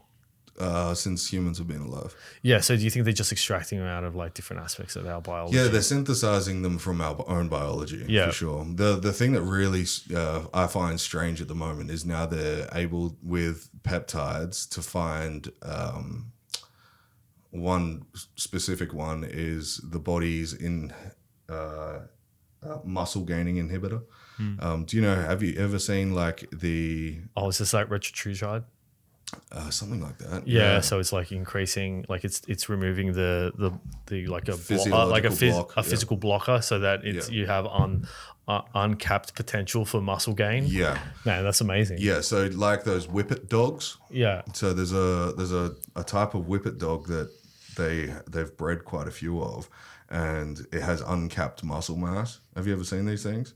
These things are like fucking but they look like little greyhounds. They're supposed to look like little greyhounds, but they're fucking like Arnold Schwarzenegger in the 80s, like insane, dude, insane. And now you can inject this stuff, not be on testosterone, and like you do one rep of something and your arm starts growing. Like, what? That's insane. I'm going to wait a good 10 years and let a bunch of people just do it and see how it works out. And then I'll hop on it. I'm going to be a laggard, like a late adopter. Yeah. That's a good move.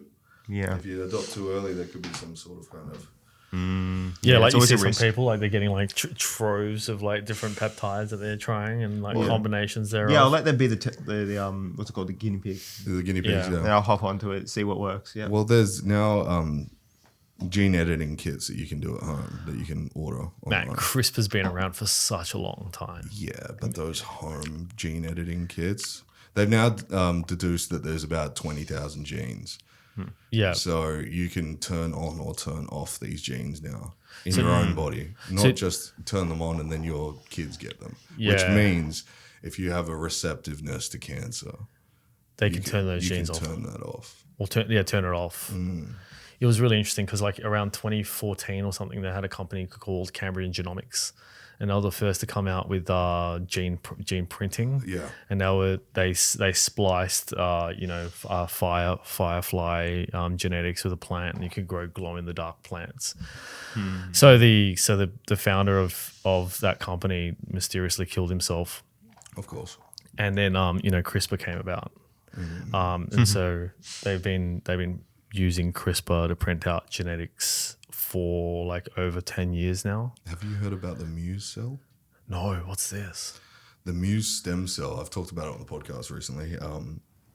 So a stem cell in and of itself, a normal standard stem cell would go into the body, and then it would have a blanket effect of inflammatory deductions, right? Yeah. But it doesn't cure the initial thing. In some cases it does. Sometimes it'll go into a ligament and it'll find its way to building back that ligament over periods of time and series of injections. There was a lady in Osaka, I'm pretty sure she's from, 10 years ago, who came across this one cell variant of stem cells, and she thusly named it the Muse cell. What it does is it goes into the body. It's a targeting cell. It finds the cells that have any kind of disruption, like oxidative stress, any kind of like broken down cells, right? Yeah. It'll go in, mimic the genome sequencing of that cell, then fucking replace it. Whoa. So improve it, right? Like an improver. No, completely replace it. It mimics and it goes in, and it's non-cancerous. Wow. So it will not replicate a cancer cell. Yeah. But it will replicate a ligament cell. They're now curing blindness. Yeah. Oh, yeah. So it's like replacing the cell that stopped reproducing. So its telomeres come to an end. Yep. And so it's seeked out that specific cell and replaced it with a new the one. entire cell. It'll replace a neuron. Wow. Because they say like neural pathways, like arguably like your neuroplasticity drops off after the age of 8. And then once your cranium fuses at 25, then your neuroplasticity almost is like taking this gradual downfall. But the ability to increase neuroplasticity you can do through like, say sauna exposure or like doing HIIT. Or do the one thing that you did just before we started the podcast. Take alpha GPC. Really? Yeah. Right. That inspires neuroplasticity in the brain, which is phenomenal. Yeah, they also found like sauna, like doing 20 minutes of sauna, like on. It has an all-cause HIIT. mortality reduction of 90% sauna. Wow. Yeah, man. I was listening to this podcast, Huberman's podcast. Man, it's just fantastic. I know it's awesome, man. It's just like open, free information about these high levels of science that you'd otherwise have to pay subscriptions to Elsevier and Stanford whoever. level science. Exactly. Yeah, and then you wouldn't understand half of it half the time, anyways, right? He's such a good orator, dude. Yeah, it's incredible. Insane. Man, and the people that he interviews as well, it's just like the stuff about saunas, the stuff about, sleep, cold exposure, light exposure. Man, most recently, like the stuff about the information about mitochondria. Like, it's like a living organism within our organism. Yeah. It is the science of woo. Like they're talking about energy transfer in our body. That's fascinating. Yeah, they are. That's the alchemy in our body. I think like these ancient civilizations have been trying to communicate these ideas, illustrated in symbols, veiled in allegory for thousands of years. But we're kind of like decoding it more now. Yeah. We're living in a renaissance, man. It's an AI so. renaissance. I think so. Yeah, it's a very strange time. What do you think AI is going to do to religion? Oh man, it will replace it. You reckon? I think the opposite. You think the opposite? You think people will just go back to religion? Do you think they'll find that there is no meaning through computers? Yeah, and I think it's going to create a base of it. spiritual void, and then I'm worried about the religion that's going to pop up in the next few years. You think it'll be like raised by wolves? I always ask AI about this. Chat God. Chat God. Do you think? Speaking of religion, I wanted to talk about your beliefs. You're saying you're unsure about a few things. Do you want to share why? I've been very curious since you told me. What's Going back to our first podcast, Uh-huh. right? I think you were number 13. I think that's the number. Lucky. Classically known lucky number. Yeah. But yeah. It was a lucky number, 13. No, I'm kidding. It's the number of the Templars. Anyways. I was born on Friday the 13th. Wow. Jason Voorhees. Yeah. So where I stand currently, I've delved into multiple different literature, different ideologies over just the last 5 years. The one thing that I have kind of culminated in my head is that it's good to believe in something. And like I said before the podcast, my grandmother died yesterday. And dealing with that mentally is going to take time. I think with belief and where I've sat for so long, I was a born Catholic. At about the age of 8 or 9, I stopped going to church. It just wasn't gripping me. It wasn't like, it would just seem like I didn't have this thought, but I could see what my actions would be because I know who I am.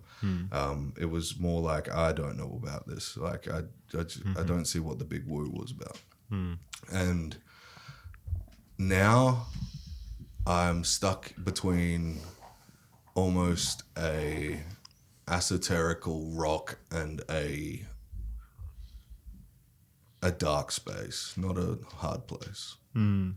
Like, right now, there could be in the beyond something that hosts souls for eternity, and that could be bliss, or that could be fire and brimstone. But right now, I'm just kind of like, my interpretations are skewed because I have these conversations. I have conversations with myself. I've done magic mushrooms enough times now to realize that, like, everything's one. Like, it's not dispelling of religion. It's almost inserting more belief.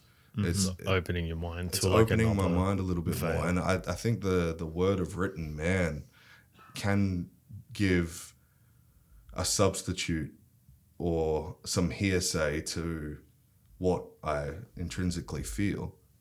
But I don't know if that's the right thing to feel or to associate with. You know what I mean? So, like, the testament of God in the Bible, it sounds great. I want it to be real, but I'm not sure about it. Yeah. The prophet in the Quran, it sounds great. I want it to be real, but I'm not sure. I think there's something like 25,000 different variants of religion. Yeah. That all point to the same fucking idea that there is a higher being. Yeah. There is a higher energy. And I've felt that energy. Like, when you do 7 grams of mushrooms in a float tank, you've met God. You know who that is. Is that sensory deprivation tank? Yeah. That's epic. I've done about 300 of them. Yeah. I'll probably do more soon because I need to get through some shit. But when you have complete elimination of self, elimination of sensory, and then you're just within yourself, and then you realize when you say the word me, when you say the word I, somebody's saying that. Like, I'm looking at myself saying that. Is that a soul? Does that go somewhere after this body doesn't need it anymore? And who do I attach that to? Do I attach it to the universe being all one? So when I say agnosticism, I'm not saying, hey, we go in the ground and there's nothing else like an atheist would. I'm saying more Genuinely unsure.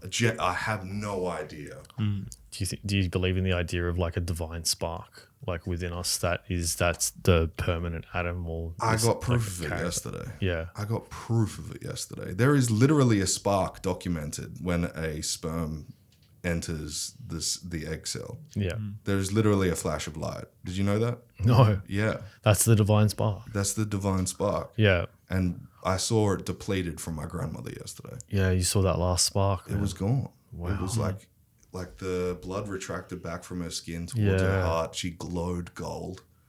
Like, she was like glowing gold. Her final glow. That's like then the light. color just dropped off, and I was like, oh, we're just a vessel.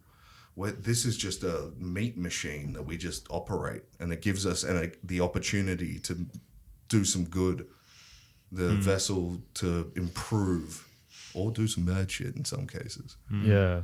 And that divine spark, I don't know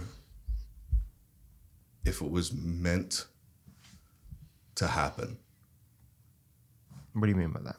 I don't know if it was meant to play out like the way that it is. Like, every human gets their divine spark, they live their life the way they're supposed to. Was Yeah. that coincidental? Or was That's a that great question. illustrated? Yeah. Yeah. Do you think it's like, in the Quran they say maktul, which is like it is written, right? Yeah. Yeah. I think the But that's scariest. man's word. Yeah, that's man's interpretation, Interpretation, of yes. of what it's meant to be. Yeah. Is it written? Is it played out for us? And just because it's said in a way that makes it seem a lot more thought about than the thoughts that you're having about yourself doesn't make it real. And I'm not saying it's not real. Yeah, but you're just saying like we assign a meaning to it because we can relate to it. Yes, but Yeah. that's the meaning, right? That's the most important part. Is what does it mean to you? Yeah. Like, what does it mean to me? Does it make me feel okay about things? If yes is the answer, fucking follow it. Yeah. Does it change anything for me personally right now as I'm sitting here? Yeah. No. No. I believe that there's something there. Yeah. I just don't know what it is, so I can't associate it to the Bible, the Quran, the Torah, whatever it is. What's Yeah. your best theory as to what this is all about? Bro, that's a heavy answer, man. No question, sorry. Yeah. What is it all about? I can't remember who said it. Somebody said, I wish I could remember the name. The purpose in life is not to find the purpose, but to create it. Okay. So I don't know if we have a purpose. I know that we're here right now. I know that we can do good in the world for others who are also doing, hopefully, good for themselves and others as well. And we all just thrive. Why are we here, though? I want to believe it's for a purpose. I want to believe that the chimpanzees, the canaries, the flamingos, the tigers, the lions, they're all here for a purpose. Have they gotten to the point of, or to the ceiling of evolution for that species? Have we just been the ones to flourish because we figured some shit out? Who fucking knows, dude? Were we like this before? Was it a product of panspermia? Was it a civilization that shot fucking mushroom cells from a different world? yeah, this question is very important, and it sits at the foundation of like when you study religion, ancient cultures, and so on. All of it you got to view is humanity trying to ask that question, but it gets very easy to remove away from that. Yeah, so it's important to connect why when people were talking about this God killed this God and this and so on, what does it actually mean?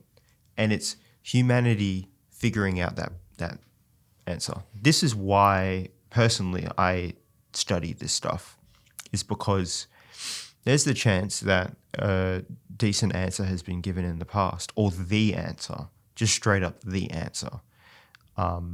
And it's out there, and we have to figure it out, Now, I got another question. So, if you... The answer's 42, by the way. The answer is always 42. Exactly.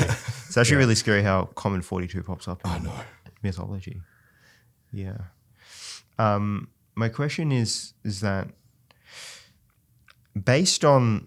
Because I have this theory about how you philosophically understand the foundations of the world informs your daily decisions. How do you think viewing the world as a big I don't know actually impacts you with how you deal with the world? Personally. That's a very deep question. Probably too deep for a podcast, but just out of curiosity. It's a good question. Very good question.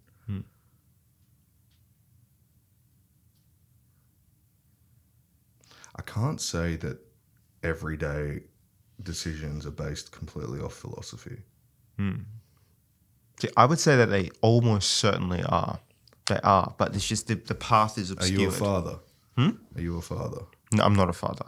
Yeah, I don't know if me telling my son, don't climb on this piece of furniture relates to philosophy. Oh, absolutely it does. Absolutely. Maybe in your, but to I'll my explain philosophy. why. I won't just say things without saying why. Why I say is that's the case is because like you're not a believer in sheer and utter chaos. That's your philosophy, right? And so I'm saying this is I'm of the opinion that if you don't know your answer to how the world works, you can actually get the answer to how you truly think the world works through reverse engineering it, through starting with your daily action and then inferring what you actually believe from it.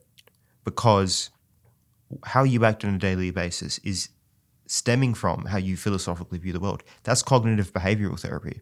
That's what it is.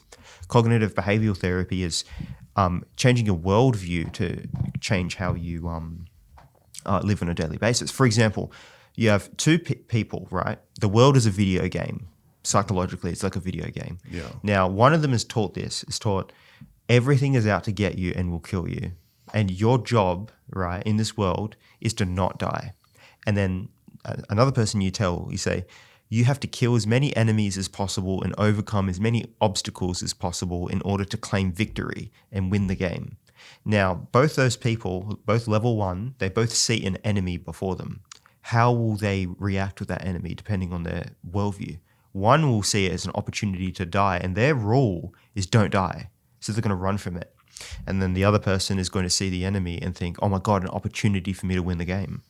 So how you view psychologically the world informs your daily behavior, your anxieties and depressions and so on.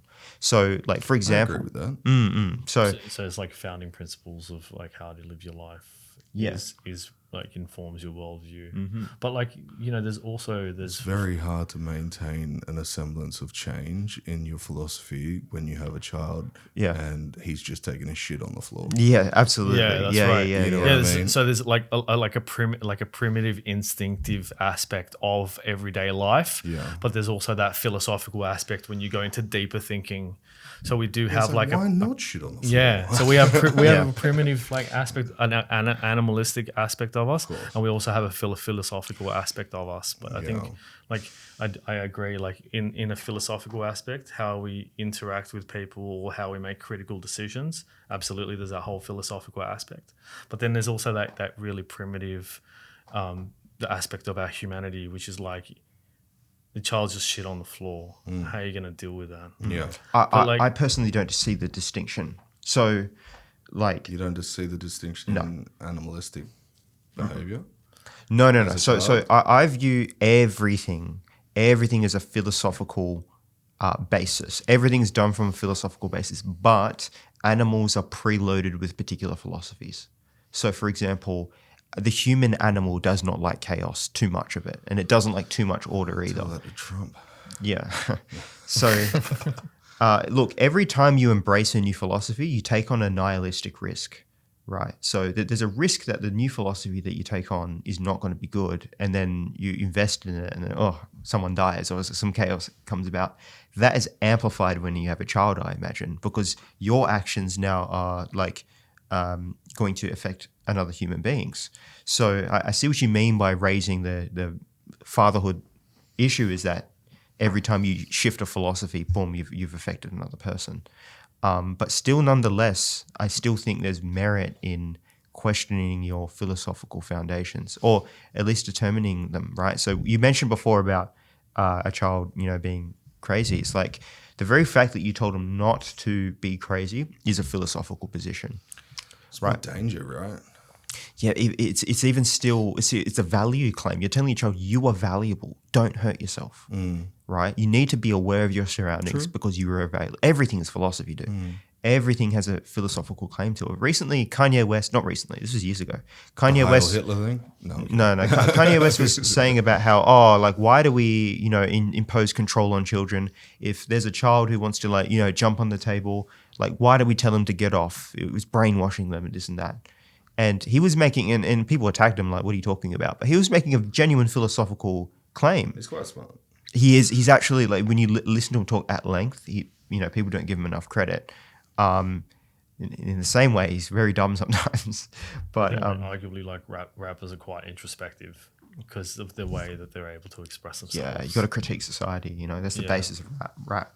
So, Yeah, like Kendrick Lamar recently took up psychology and stuff like that. You know, yeah. He was. Yeah, there's I photos don't of see him. the Migos doing that. No, Yeah. you don't. Yeah. Raindrops. It's fucking Yeah. It's the study of the soul, right? Psychology. Well, philosophy is one of those things that you are right. It is in everything. But when you are going about your day-to-day or just take anybody that's maybe not too introspective, they aren't looking at themselves as my philosophy is making me bring up my child in this certain way. Yeah. No, but it's happening nonetheless. There's a level of unconscious competence. I think that's what you're trying to say. Lots of unconscious. Yeah, Most yeah. of it is. So Carl Jung spoke about this. He said that the goal of individuation is to make the unconscious conscious. That's what he said. That's the key to everything. Make the unconscious conscious. So make your reasoning for how you're acting, make that known to the conscious mind. Don't let it sit in the unconscious mind. I think that is the process of philosophy. But you have to have a degree of introspection to get your own self to that level of understanding. Yeah, and it's to easy make for the some. unconscious conscious, you have to have a level of introspection. Yeah, of course. Yeah, to it's get to easy that for some, level. hard for others, and that's why I think, like, you know, a psychologist is the idea of a psychologist is a good idea, but the way it's played out today, not so much. But yeah, so, but like, even if you tell your child to, like, you know, oh, don't cause chaos, there's a ton of philosophical statements there that you're making implicitly, right? You are valuable, your environment is valuable, your conduct shapes the environment. How you shape the environment through your conduct should be ordered around a particular set of behaviors, right? That's all what you said. You said that by saying no. Just saying no to him doing that is preloaded with a bunch of philosophical ideas that are questionable, right? So it's quite interesting to, like, if you are in this kind of, you know, state of uncertainty, how you act will kind of enlighten what you actually think about the world. Yeah. Fascinating. That's actually a Gnostic principle as well. Is like it? being able to deconstruct your own psyche, your own philosophies, being that level of self-awareness and self-consciousness. They need to bring that shit back. Yeah. Introspective, single point I see meditation. so many people online that are just doing this stuff without any like thought of repercussion. Yeah, there's no consciousness There's no consciousness. about whatever they're doing. They're acting in a primordial, animalistic way. For what? Yeah. What's the objective, right? Yeah. Do you want to be accepted by your tribe? Is that why you threw a bucket of shit on a fucking Yeah, stranger? but man doesn't revere himself today, and it disgusts me. Yeah. Yeah. They've lost the concept of their history and their and Yeah, their absolutely. This is immortality. demoralization. Like, the individual is just a nothingness. You have these ideas like, oh, we're all just monkeys on a spinning ball in space, right? That attitude, this nihilistic attitude that we're all Not just wrong, like, though. no, it is wrong. It is wrong. I don't know. It is wrong. First of Reality. all, first it of all, is there's that, no, it's not. It's not the case, right? I know what you mean by saying reality, but the thing is with these claims, right? The idea that, oh, we're a tiny planet in a tiny solar system and we're just a monkey on it, that is not true. First of all, we're not tiny. Because when you actually look at the scale of the universe, if I say, is an elephant big, yes or no? Is it? To us. To us, Yeah, you comparative point scale. another variable there to create a point of relation to it. Yeah. Right? You have to do that. Yeah. Right? Now, objectively, is an elephant big or small? But we I don't- can't give you that answer. Exactly. No, You that's can't. So, but when we say, oh, we're just a tiny planet, you've done that. You've took a side for no reason. You didn't go the other way and say we're a massive planet. Now, the truth of it is, if you actually look on the scale from the Planck length, which is the smallest physical size that something can take in the universe, and then the observable universe. Molecule, isn't it? Zeptomolecule? No. Planck length is a theoretical space where nothing could be smaller than it. So it's the smallest possible thing. Now, if you go to that level and you go to the, I just need to finish this point. Hold on. Okay, And finish then you go to the observable universe. Yeah. Right. Humans are like here. Yeah.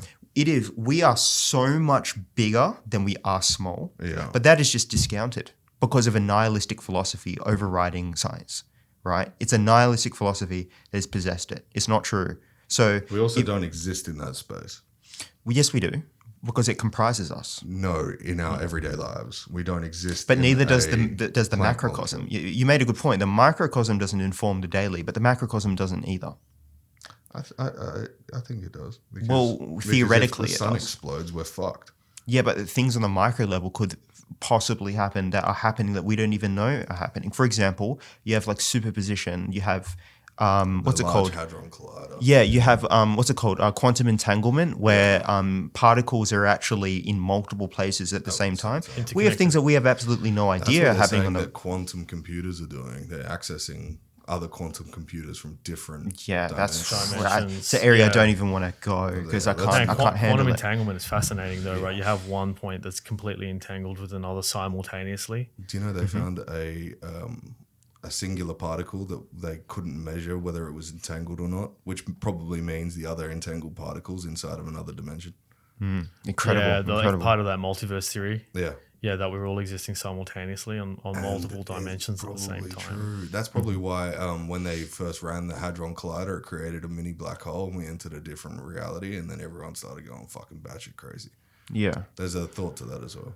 Yeah, we don't know what happens on the micro scale, right? But when you have, this is something I learned personally with myself, right? Is that your mental state or your philosophical view of the world informs your view of how the world works, right? And people think it's the other way around. People think, oh, I'm just a monkey on a tiny spinning ball in space. No, you've made like 8 different philosophical claims there that are each questionable. First of all, we're not small. We're not small. I think what they're trying to do is like discredit the fact that we are highly sophisticated beings. So they're just trying to essentially excuse their actions. Absolutely, but what I'm saying is the philosophy starting first, and then they're reverse engineering the system of thought, starting with the philosophy. And this is what you do when you're depressed.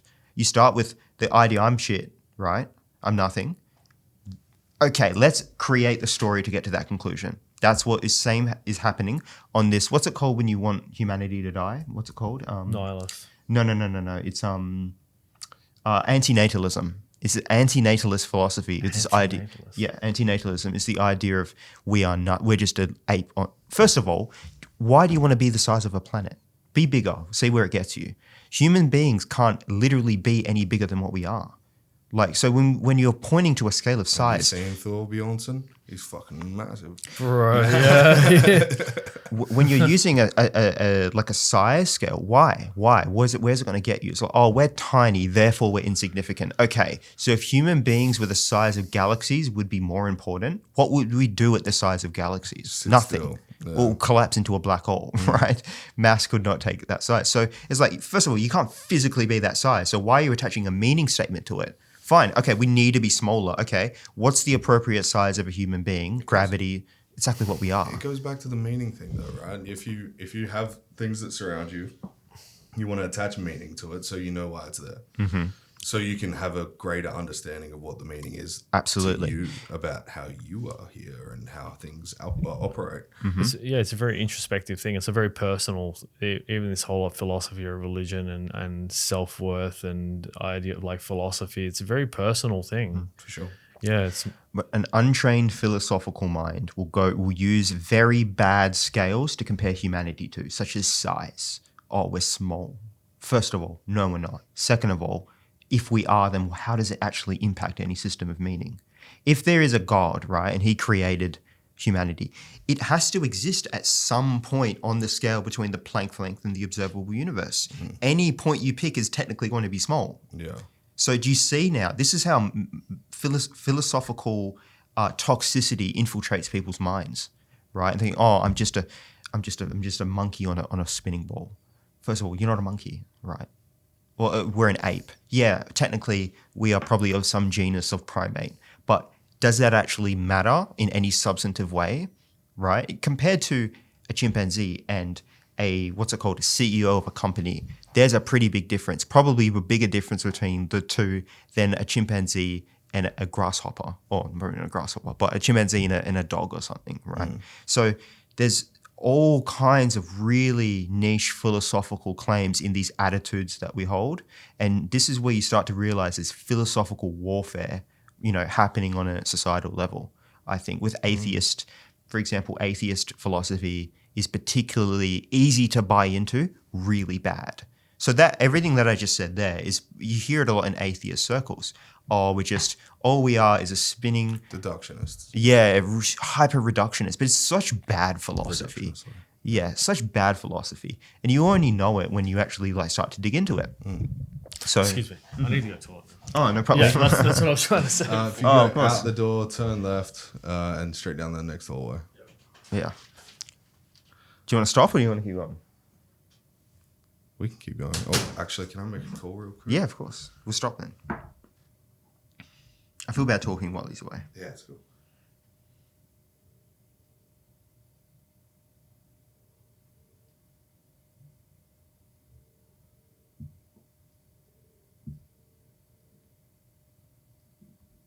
Yeah, not bad. How you going? No, I'm just doing a podcast.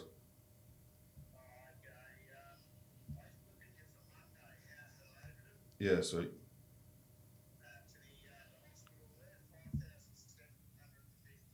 Yeah, cool. Yeah, perfect. Yeah, I think so, yeah. All right, what is it? Do you know?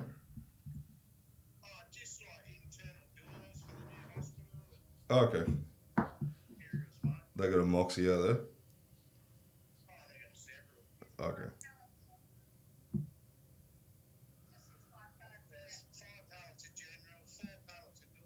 Yeah.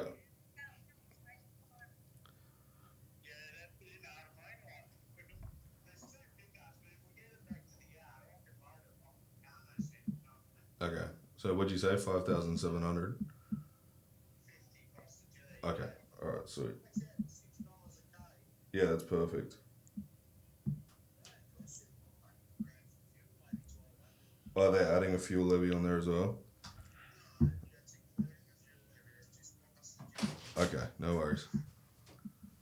All right. Cheers. Bye. Yeah, sorry about that. I was trying to find a Okay, no good worries. time to, No stress at all. Thanks. Bye. head to my, Let's not just get up and go, I gotta pee. my natural call, you know. What was that? I just had to heed to the natural call. Yeah. We won't go much longer. Yeah. We've been going for a while. Yeah, for sure. Where were we? Meaning. Meaning. The meaning of life, 42. Anthony, what do you think about? What do you think it is? About the philosophies and functions of our No, natural what is your being. meaning to life? Like, what have you associated Oh with? man, absolutely. Like I think about this a lot. I think the meaning to life is how we exist in the impact that we create on the Pull people. that mic in a bit. Oh, yeah, how we exist and the impact that we create on the people that we interact with, the positive impact, positive and lasting impact that we can create on others, perhaps even generational impact if we're that lucky. I think fundamentally, like, you know, in some ways, I'm not a father myself, but like in some ways, that's how parents see life. In a philosophical aspect, it's like their impact is a lasting generational impact. It's generational impact. So your children, the philosophies and the ideas that you impart on your children will then be imparted on theirs, and so on and so forth, right, through generations. Yeah. And that, in fact, becomes your generational legacy. True. Is how you impart that. Then you have, like, you know, so for example, people that can't or are not going to, that they objectively probably just try to create a positive impact on the communities that they interact with. And in fact, that's their legacy. You find that, you know, some wealthy people, they get to a point in their lives where they just have a legacy quest. Their objective is to create a lasting legacy through a charity or foundation or an organization that they create. Like, you know, as a business owner, right? Your business owner, your sort of like business philosophy is you create a positive impact for your employees. Mm-hmm. You also have a positive impact with the businesses that you interact with. Yeah. That's your legacy. Mm-hmm. Also, like as a father, as you are. But then, you know, there's many different ways to create a positive impact, and that's just what I fundamentally believe is that impact that you can create on others. That's a great answer. Yeah, that's your legacy Really good quest. answer. Yeah, that's like great. Like think about kings, like the kings of old, right? All the priest kings, or people that set up different societies and organizations. Their fundamental philosophy is to create a lasting impact, a legacy impact. You know, you take some of the greatest philosophers of our age, like Plato. I think, you know, Plato created a transgenerational philosophical impact. Yeah. I don't know if he knew that he was going to make a generational impact. He just did it. He just did it to the best of his ability. I think you interviewed a bunch of like musicians and stuff as well. They didn't know what was going to take off, but their fundamental philosophy was to create an impact on their listeners or the people that they interact with, whether they know that or not. Fundamentally, that's what it is about. Like I think that's part of our animal instinct, is to create a legacy impact, is to a lasting legacy. Like the alpha of a pack, like the pack animal, the pack leader, like the alpha wolf, for example. You know, it's a social being. You know, they talk about, you know, the alpha wolf being a lone creature, but actually, fundamentally speaking, it's a social creature, and its social legacy is to create a pack, which then creates these transgenerational positive effects. Yeah, I see that in a lot of aspects of my own life. I don't like to think of myself as an alpha, but I definitely like creating situations with groups and having a good time. Yeah. Like that's what to be honest, if we add meaning to things, having a great life, enjoying what this is, doesn't matter about the meaning, just fucking enjoying that it exists. I think that's enough meaning as well. Yeah. For sure. Like, it's all well and good thinking about what happens after death. It's all well and good in thinking about what we're doing while we're here. But are you fucking enjoying it? Are you enjoying the thing that you're doing? That's probably how monsters are created, forced into these boxes of like belief, or, you know, in the Catholic Church, like for so long they get put into a box of you have this power within the church, and then they're like, oh my, I'm not enjoying this. Like I want to have some fun. Who's around? You know. Yeah. That kind of stuff. That kind of thing. I mean, Jordan Peterson says that, like, you know, what's the psychology of evil? Like how is a bad person created? It's like when a good person is forced to do something they don't want to do, when a good person is trapped, that creates evil. It's like the dichotomy of like this fundamental idea. Like the opposite of love is hate. Yeah. And those who love ferociously also hate ferociously. Yeah. That's why Inanna is the goddess of love and war. Yeah. That's why so many partner-to-partner murders happen. Mm-hmm. Oh, yeah. But they leave the person that loves them forever, and then that person just loses it. Yeah. You only destroy what has meaning. No one goes around destroying rocks for no reason, right? The more something's meaningful, Archaeologists do. Huh? I'm kidding. Geologists do as well.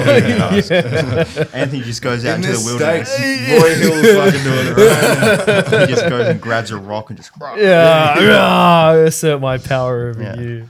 No, we only interact with that which has meaning. So like it goes like, you know, like even in wars and everything, like the most militant soldiers are probably the ones who have the most to lose. You know? That's interesting that you say that, because when I was in France and I saw the Notre Dame, that's just a bunch of rocks. Notre Dame, like the church. The church. It's just a bunch of rocks. How epic is that church? Insane. I know, right? It is insane. There's a monolithic structure in Prague as well. It's just a bunch of rocks. It's the meaning that we attach to it. Yeah. That you look back and you're like, holy I love so much that you said that, because what you just said there is like the tension that runs to the depth of the universe, right? The value that we attach to things. It's the same as the relative absolute divide, right? Where you're like, okay, it's a pile of rocks, but it's not.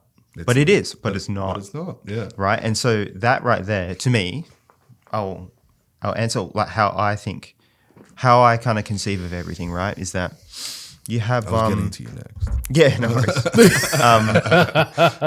How I think of it is that, okay, you have this idea, this dichotomy of creation and destruction, or non-creation and creation. And the question is that a real thing, or is it an arbitrary thing that my mind is ascribing to reality? And it's like, okay, well, let's look at like our phones, right? Where the most like minute, like tiny, I don't know, orchestrations of metal and plastic and quartz and all kinds of stuff produces something that can tap into a hyper-complex network of other devices that can display all kinds of, you know, things and so on, right? that is nothing but just pure noise, or all the things that we create, even our brains and so on, is just everything is just flesh and blood and matter and nothing. Now, is that the case? Now, technically, yes. But then there's that other aspect of, no, it's not. It's there. It's there, 100%. The same way that our brains are biological machines, but our consciousness is there.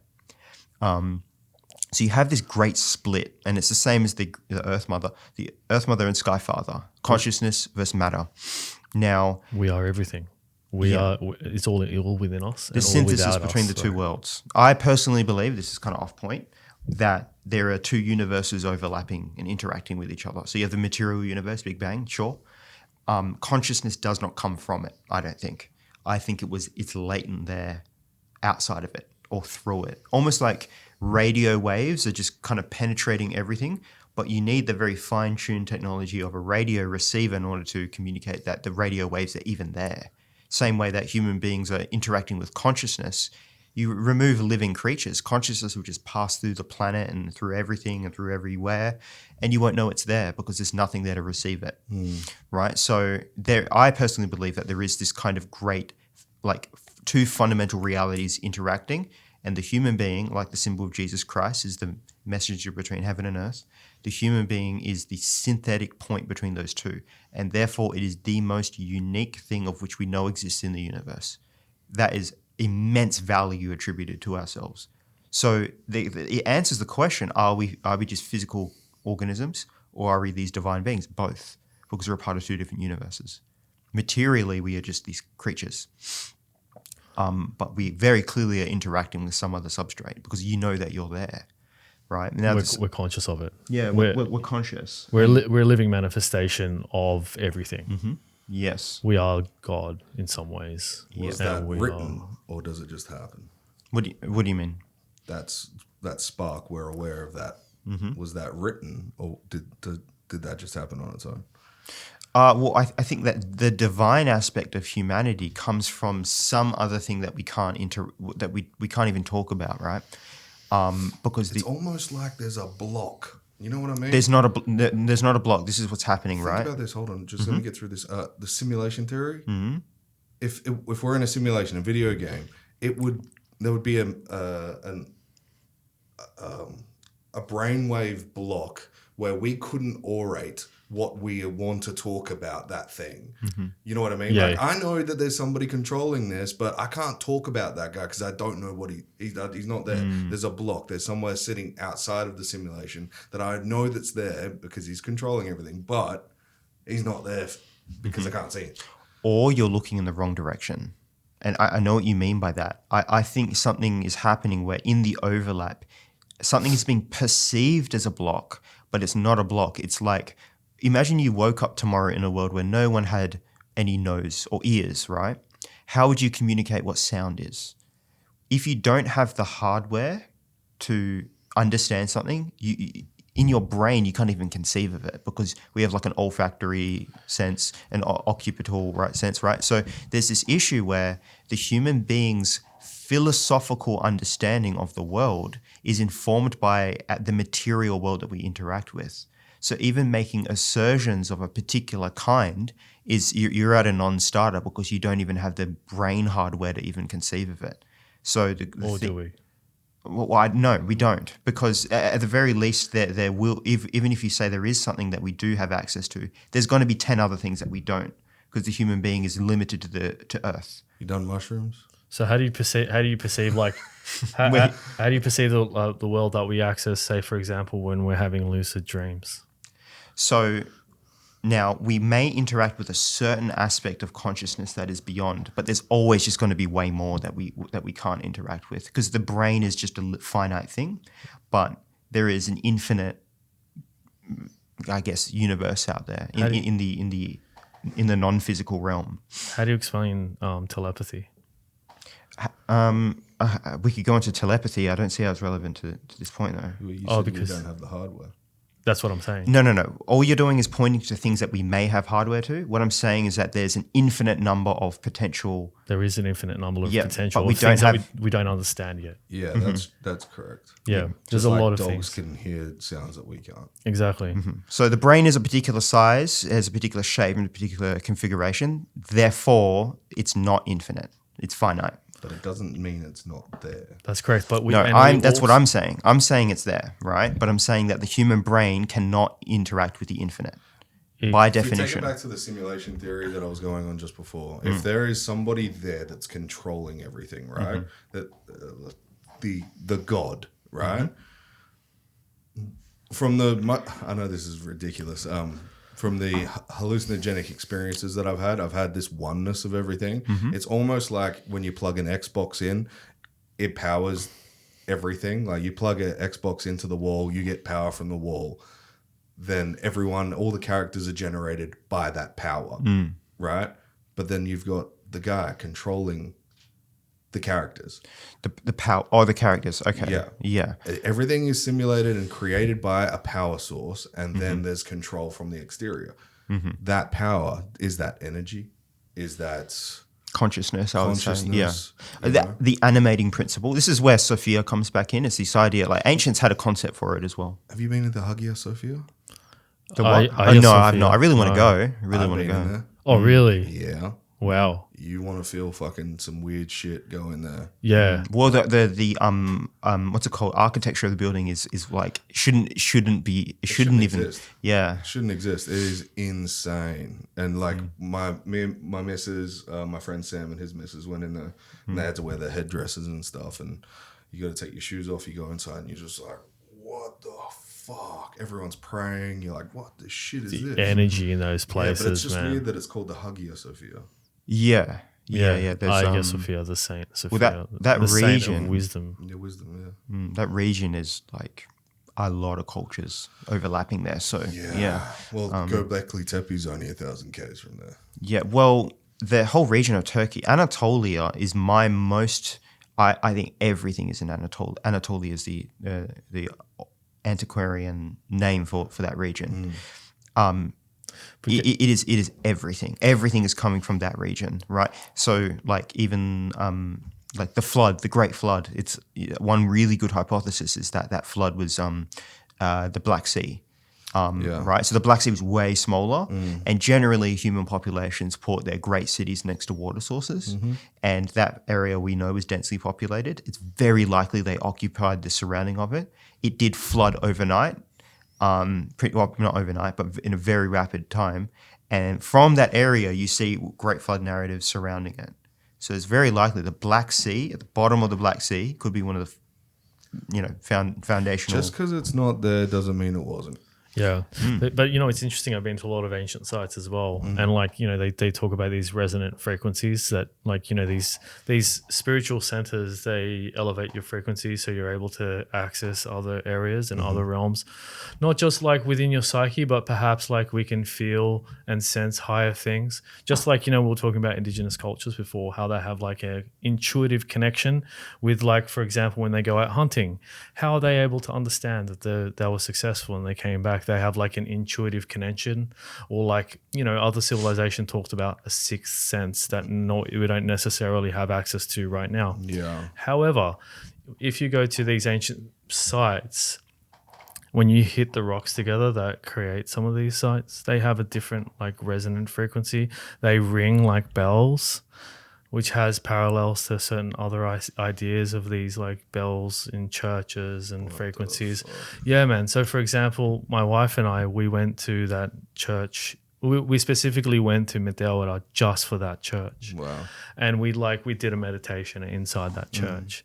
And like the sense, the frequency, the sort of the sense of peace that you get from there, it might be like the power of suggestion. But I do believe that there's like aspects of our brain that we don't necessarily fully understand. So for example, right, you say like you tried mushrooms. So mushrooms. Tried. Yeah, so mushrooms metabolize as N,N-dimethyltryptamine before it turns into psilocybin. It goes to one part. Yeah, and so that N,N-dimethyltryptamine was also is produced by our brain when we're born, when we die. And when I explained to Malik what we just discussed was about lucid dreaming, you also get a release during lucid dreaming that you can access like higher levels. I was just listening to this Andrew Huberman podcast, and they were talking about accessing higher frequencies, also past life regressions. These ideas were expressed by a clinical psychiatrist. Yep. So there are deeper connections in our brains synapses that we don't fully understand. We only use 10% of our brain. It's 12%. Yeah. Perfect. Thank you. Okay. And what are we doing with the other 88%? A lot of it has been suggested that it's just motor function, right? Well, a lot of the prefrontal cortex is. The amygdala is more memory. Yeah. The hypothalamus is more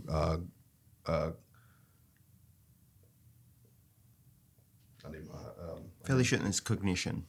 Like hypothalamus is like active action. Yeah, action, right? Yeah, it's more bionic. Bionic? Yeah, like motor skills. Motor skills. I'm fairly certain it was they took like most of the parts of a brain out of a cat and left its hypothalamus, and it was pretty much the same thing. It was still fine. It's a really funny thought, actually. They say that there's a cat with half a brain just like being normal. Well, there's a guy that had most of his brain taken out, and he's just got like this smooth flesh on the top of his head, like there's no skull there. He had like tumors all throughout his brain. He can still talk, walk. He's just a regular dude. It's like, wait, what is the rest of that brain matter then? Yeah. And what do you need it for? Right? Yeah, like why is it there? Yeah. Like it still receives blood. It carbonates and oxygenates just like the rest of our flesh. Yeah. But why is it there? And when you do shrooms, why does your head turn into an orb? Have you ever? I've taken like hero doses of mushrooms and in complete stillness and silence and blackness, and my head, it's almost like it glows, like I'm perceiving myself. Yeah, like there was a show about it. Like, man, I forgot what the name. We have to look this up. But like, there's this show where this scientists used to do like hero doses of psychedelics and sit in a sensory deprivation tank. Yeah, and teleport himself to other dimensions. Dude, I went through thousands of dimensions. It was very, very strange. I wish I could have the words to explain how it felt and what I saw. I do not. I do not hold them in memory. I have a memory of a memory, if you know what I mean. Yeah. Because you can't explain something that's that crazy. Yeah. And it makes you think, why are they available in nature? You have poisonous, you have... Shout out to the ancient homies that like found out the difference between the poisonous ones and shout out to those dead guys. You have gourmet, you have poisonous, and you have psychedelic in the mushroom sense. Why is that a point? And the interesting thing is that mushrooms anatomically and biologically have a closer relation to humans than they do the rest of the plant kingdom. And sharks are older than trees. Dude, I know, the Carboniferous. What the fuck is that? Yeah. So I personally think sharks are older than trees. What the fuck is happening? There's a cool depiction of a painting that a guy did, and it was pretty much just like no trees, just mushrooms and small amoebas. Was this Alex Gray? I think it was Alex Gray. Yeah. Very, very cool. Classic. Okay, very quickly on psychedelic experience, like. It's very there's a big religions as well. There's a very big philosophical course Kykeon, psychedelic from ancient Eleusis. They were doing psychedelics. There's a very big. Don't get mad. That's right. It's a very big philosophical field. Like even at UWA, they opened up a psychedelics course. Did they? Mm-hmm. Yeah, I'm fairly certain it still exists. They did at one point. So where they study psychedelics. Are they testing them? I'll be a guinea pig. I don't think so yet. But it's very interesting, and there's the perspective of it's like, it's just noise, right? Now, what I personally think is that certain substances, right, that what they do is they just push your psychology just a few points off center, and the brain doesn't know how. So we have a coherent worldview that our brain gives us, right? So, for example, you view this like here. Your brain is telling you that it's there. It's putting light the colors in the particular arrangements where they are. And your brain is ordering your environment based on the information that comes in. The information comes in and you take a psychedelic, it pushes that information out of its way. So let's just take the spectrum of visual plane, right? Everything looks strange because your brain is misfiring about where things actually are. That's just the spatial. Then there is the auditory. Then there is the, say, cognitive. And all of these things get pushed out of the way, and the brain is filling in information where it should be, but it isn't. And then the subjective experience of that is a complete and utter chaotic mess. Now, There's a chaotic been pushback against that, right? You know that. much. It's debated, philosophically Heavily. debated.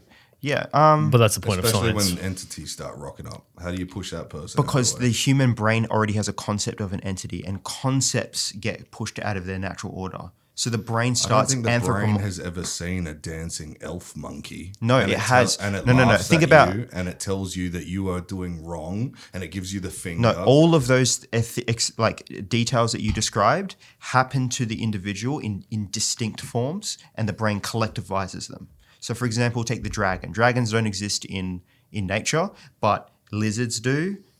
Clawed animals do. Fire exists, and then the brain amalgamizes them, probably through psychedelic use, right? The scariest things that we can I imagine. understand what you're saying, Mm-hmm. but how does my brain explain, or your brain explain Mm-hmm. to me that I have a complete lack of a body and I'm traveling through dimensions? I've never seen these dimensions before. I couldn't even figure out what they would look like. When we say explain that to me, then. So when we say a dimension, all we're talking about is a frame of reference in a particular environment. Now the brain. I've never shot through space though. No, that's not what I'm saying. You're jumping too far ahead. But what you haven't seen space, but what you have seen is depictions of space. What you have seen is your local environment, and then you've seen an innumerable amount of local environments. You've been in woods. You have 30 years of different environments that your brain has been in. And then so the brain is really good at stitching together information. For example, like when you're looking ahead, right, you actually are seeing your nose, but your brain filters it out. Correct. Right? So all kinds of things that your brain inserts information. Dreams are inserted information. It takes what you went through your day and then it creates a narrative. And that ability for your brain to create narratives in the absence of perception could be applied to when your brain is being disordered from the psychedelic that you've induced taken on. I get what you're saying. Explain criminals that have been subjugated to having a mushroom experience. They're non-reoffenders by 87%. Oh yeah, I'll do you one better. Like there's no How the fuck better- how can a mushroom do that to you? yeah like I'm not going to commit crimes anymore. or belief in God, maybe belief it's in because God of, as well. It destroyed my belief in God. Yeah, but opposite happens a lot as well. Like that's insane. Like it's one of the biggest converters of like It 50% stops you of people. smoking cigarettes. Yeah, that's crazy. Yeah. What they're talking about, like iboga. No, Ibogaine. That's a completely different thing. That's a wild experience. You know how they say the ayahuasca is the mother, the aya Yeah. is mother. Yeah. Well, iboga is more the father. Yeah. That's a weird one, dude, because the ibogaine therapy that they've been doing right now completely dejects you from your addictions. Within 3 days, regrows the neural tissue that covers the surface of the brain, which normally, if you get off like fentanyl or heroin, takes you up to 18 months to regrow. Mm-hmm. It does it in 72 hours. Yeah. It's just literally rewires. And psychedelic? It's psychedelic. Recreates neural pathways in your One thing your very brain. interesting is that they actually think it's not the substance that is giving you these benefits. It's the psychedelic experience. So, for example, with nicotine addiction, the psychedelic experience itself is what's producing the cure, not the actual substance, because they can give you the substance. It's easy on face value to say that, though. It's No way. so This is easy something to say that. in your point. So it's I know, but I don't even believe that. so you just think it's the pharmacological compound, not the psychedelic experience. I don't know. I honestly don't know because they can't explain it. And I'm way stupider than these people. I can take something, I can tell you how it made me feel, I can tell you what I saw. And if it's... like, I've been blackout drunk, right? And I can't tell you what I saw. But on this stuff, I feel way more incoherent with what's going on around me, but I can tell you what I saw. I have a memory to it. I was way more fucked up on 7 grams of mushrooms than I have ever been on any amount of alcohol. If I was that fucked up on alcohol, I'd be dead. Yeah. I'd be seeing the great light rather than just me as an orb. And maybe that orb was the great light. I don't know. But I know what I felt after I came back. And that first step on the pavement after getting out of the sensory deprivation tank, I felt like a completely new human. And I acted as such too. Yeah. I started doing right by people. I started thinking about love in a sense of, it's deeper than lust. I started caring about not what people thought of me anymore. I was so deep into wearing suits and making money that I was just like, fuck it. Take the keys. I don't need it anymore.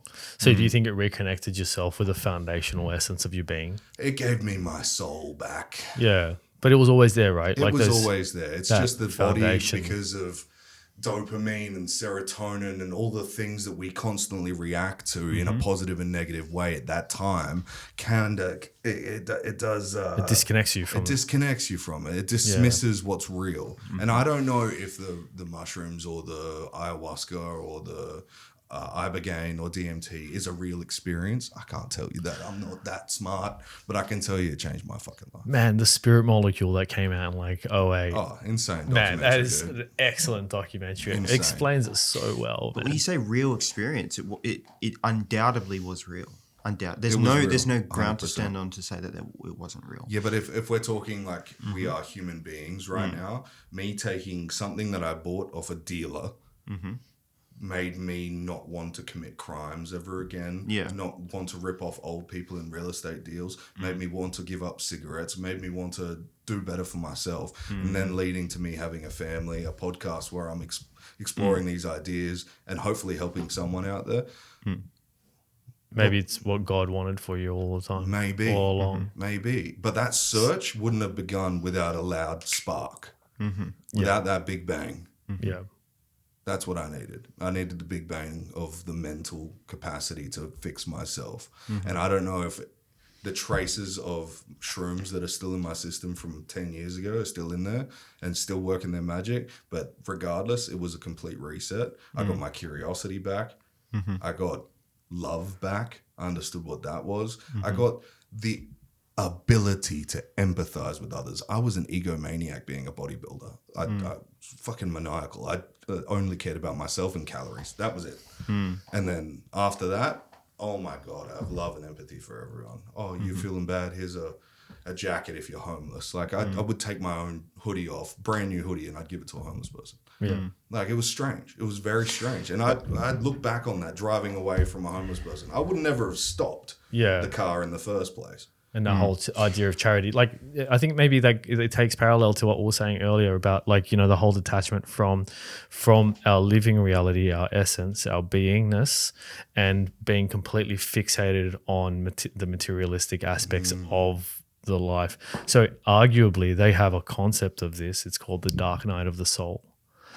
So when you're completely fixated on these material objects, you're completely disconnected from your essence, your beingness, the goodness of everything that you are, what you're meant to be, and what like religions in some ways kind of preach, this idea of being a good person, being connected with your community, being charitable, and etc.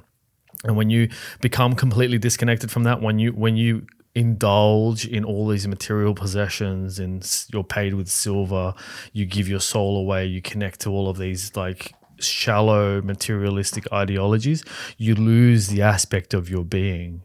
You're effectively living in a form of hell, I suppose. Wow. And then it tears away the veil and destroys this idea of materialism and shows you who you're meant to be, like a connector in and a positive and a force for good in society, in the world that you are and the world that you live in. And then God or creator or manifest, like the creator or the manifestor or whatever you want to call it, then shows you all of the good things that you can be. It shows you that you can be a father and a contributor to society and a charitable person. Your own Batman. gives you all of this stuff. You become your own Batman. Yeah. You are your own superhero. Yeah. It is, Joseph Campbell's The Hero's Journey. Yeah. Right. And you Yeah. go through the dark night of the soul. And they talk about. It's funny because Batman, they have the Dark Knight. Yeah, that's right. What the fuck? Yeah, his Dark Night of the Soul. It is that Joseph Campbell's The Hero's Journey. It's all like, mapped out in like the tarot and that's what a lot of these ideas, like the basis of what we started talking about, Freemasonry, right? They talk about, you enter as like, this naive person, you have no idea about the world, and you come out on the other end, you're a master, just like when you get your 3rd degree, you get your hat and you get to, parade yourself around like you've won this degree. You're now enlightened. You've gone through the hardship. You now have obtained the right to be a master of your craft and go out into the world and be a force for good, right? Yeah. Interesting. There's these parallels, really strong parallels. Yeah. Wow. There's an important question as well, and perhaps we should end this point. Yeah. Going for a while. Yeah. But why, when you have this psychedelic experience, right, you see the beyond, right? And you see truth, like the truth, and you can't comprehend it, but you're seeing something that's beyond us. Why is it, this is such an important and crazy question to me, why is it that when you see the beyond, you become good? There's profound wisdom in that you are not a creature oriented towards evil. So you were led to a particular set of values. Why? Why those values? Why compassion? Why charity? This, to me, speaks to that these values that human beings have uncovered are immutable characteristics of the universe itself. They aren't debated. They're the truth. They are the virtues. The virtues the cardinal virtues of existence. The virtues are these almost like gods in a way, not deities, like creatures, but they're these aspects of the universe that are truth. And also in the Kabbalah that I told you about, each of the emanations of God represents a particular different virtue. Kesed, that's the other virtue that I forgot last time. It's the Sephirah of love.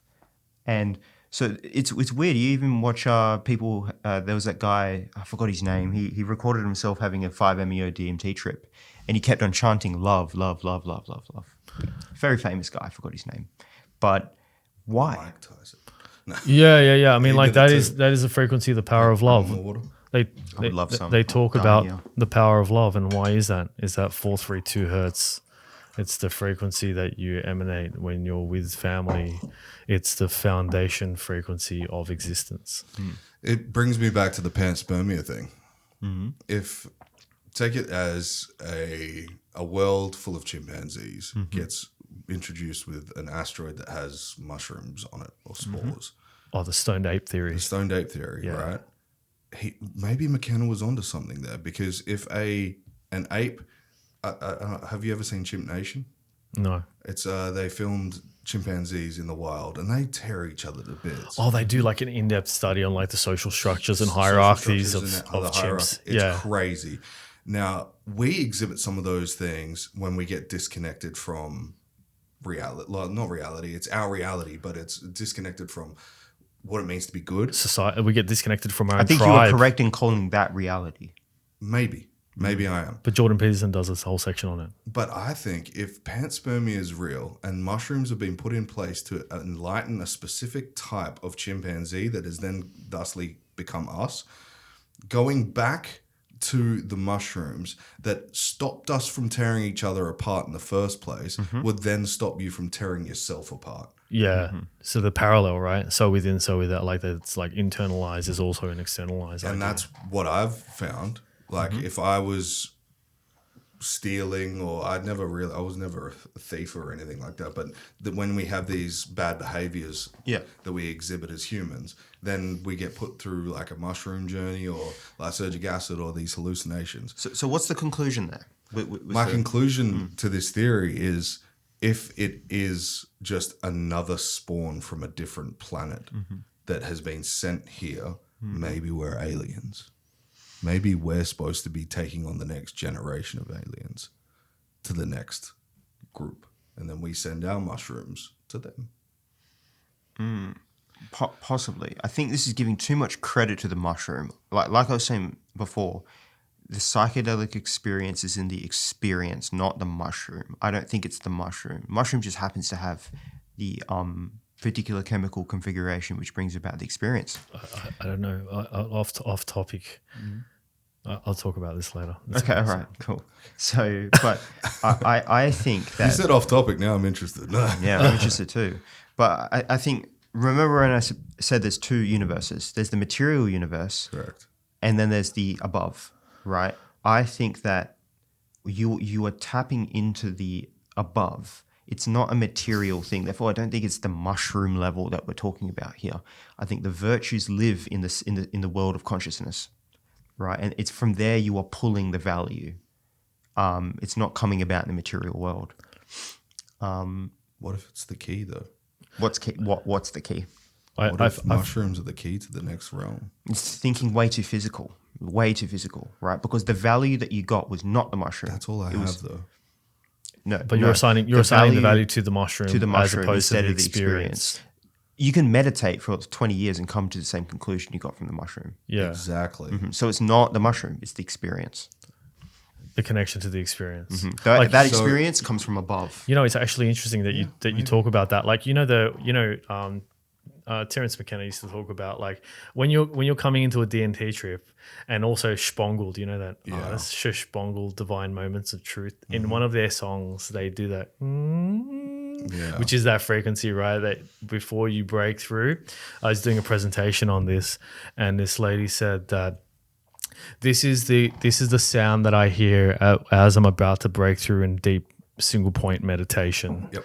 People achieve the same sort of thing. Like, this parallel to what Malik was saying was that it is the experience, not the point of entry point.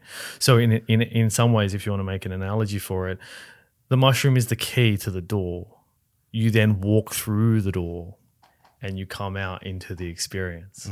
And then you go away with that environment that's made a lasting impact and change on yourself. Yeah. And then you come back through the door. But my point with it was, maybe if it is the key, maybe before we were what we are now, and I don't know when that could have been or if we've always been this, but if evolution, the Darwinian theory is real, if we were a type of ape that's not a bipedal hominid, we wouldn't know to slow our breath down to obtain that experience. Yeah, that's right. We would have right. had to have the infliction of something else, like a mushroom.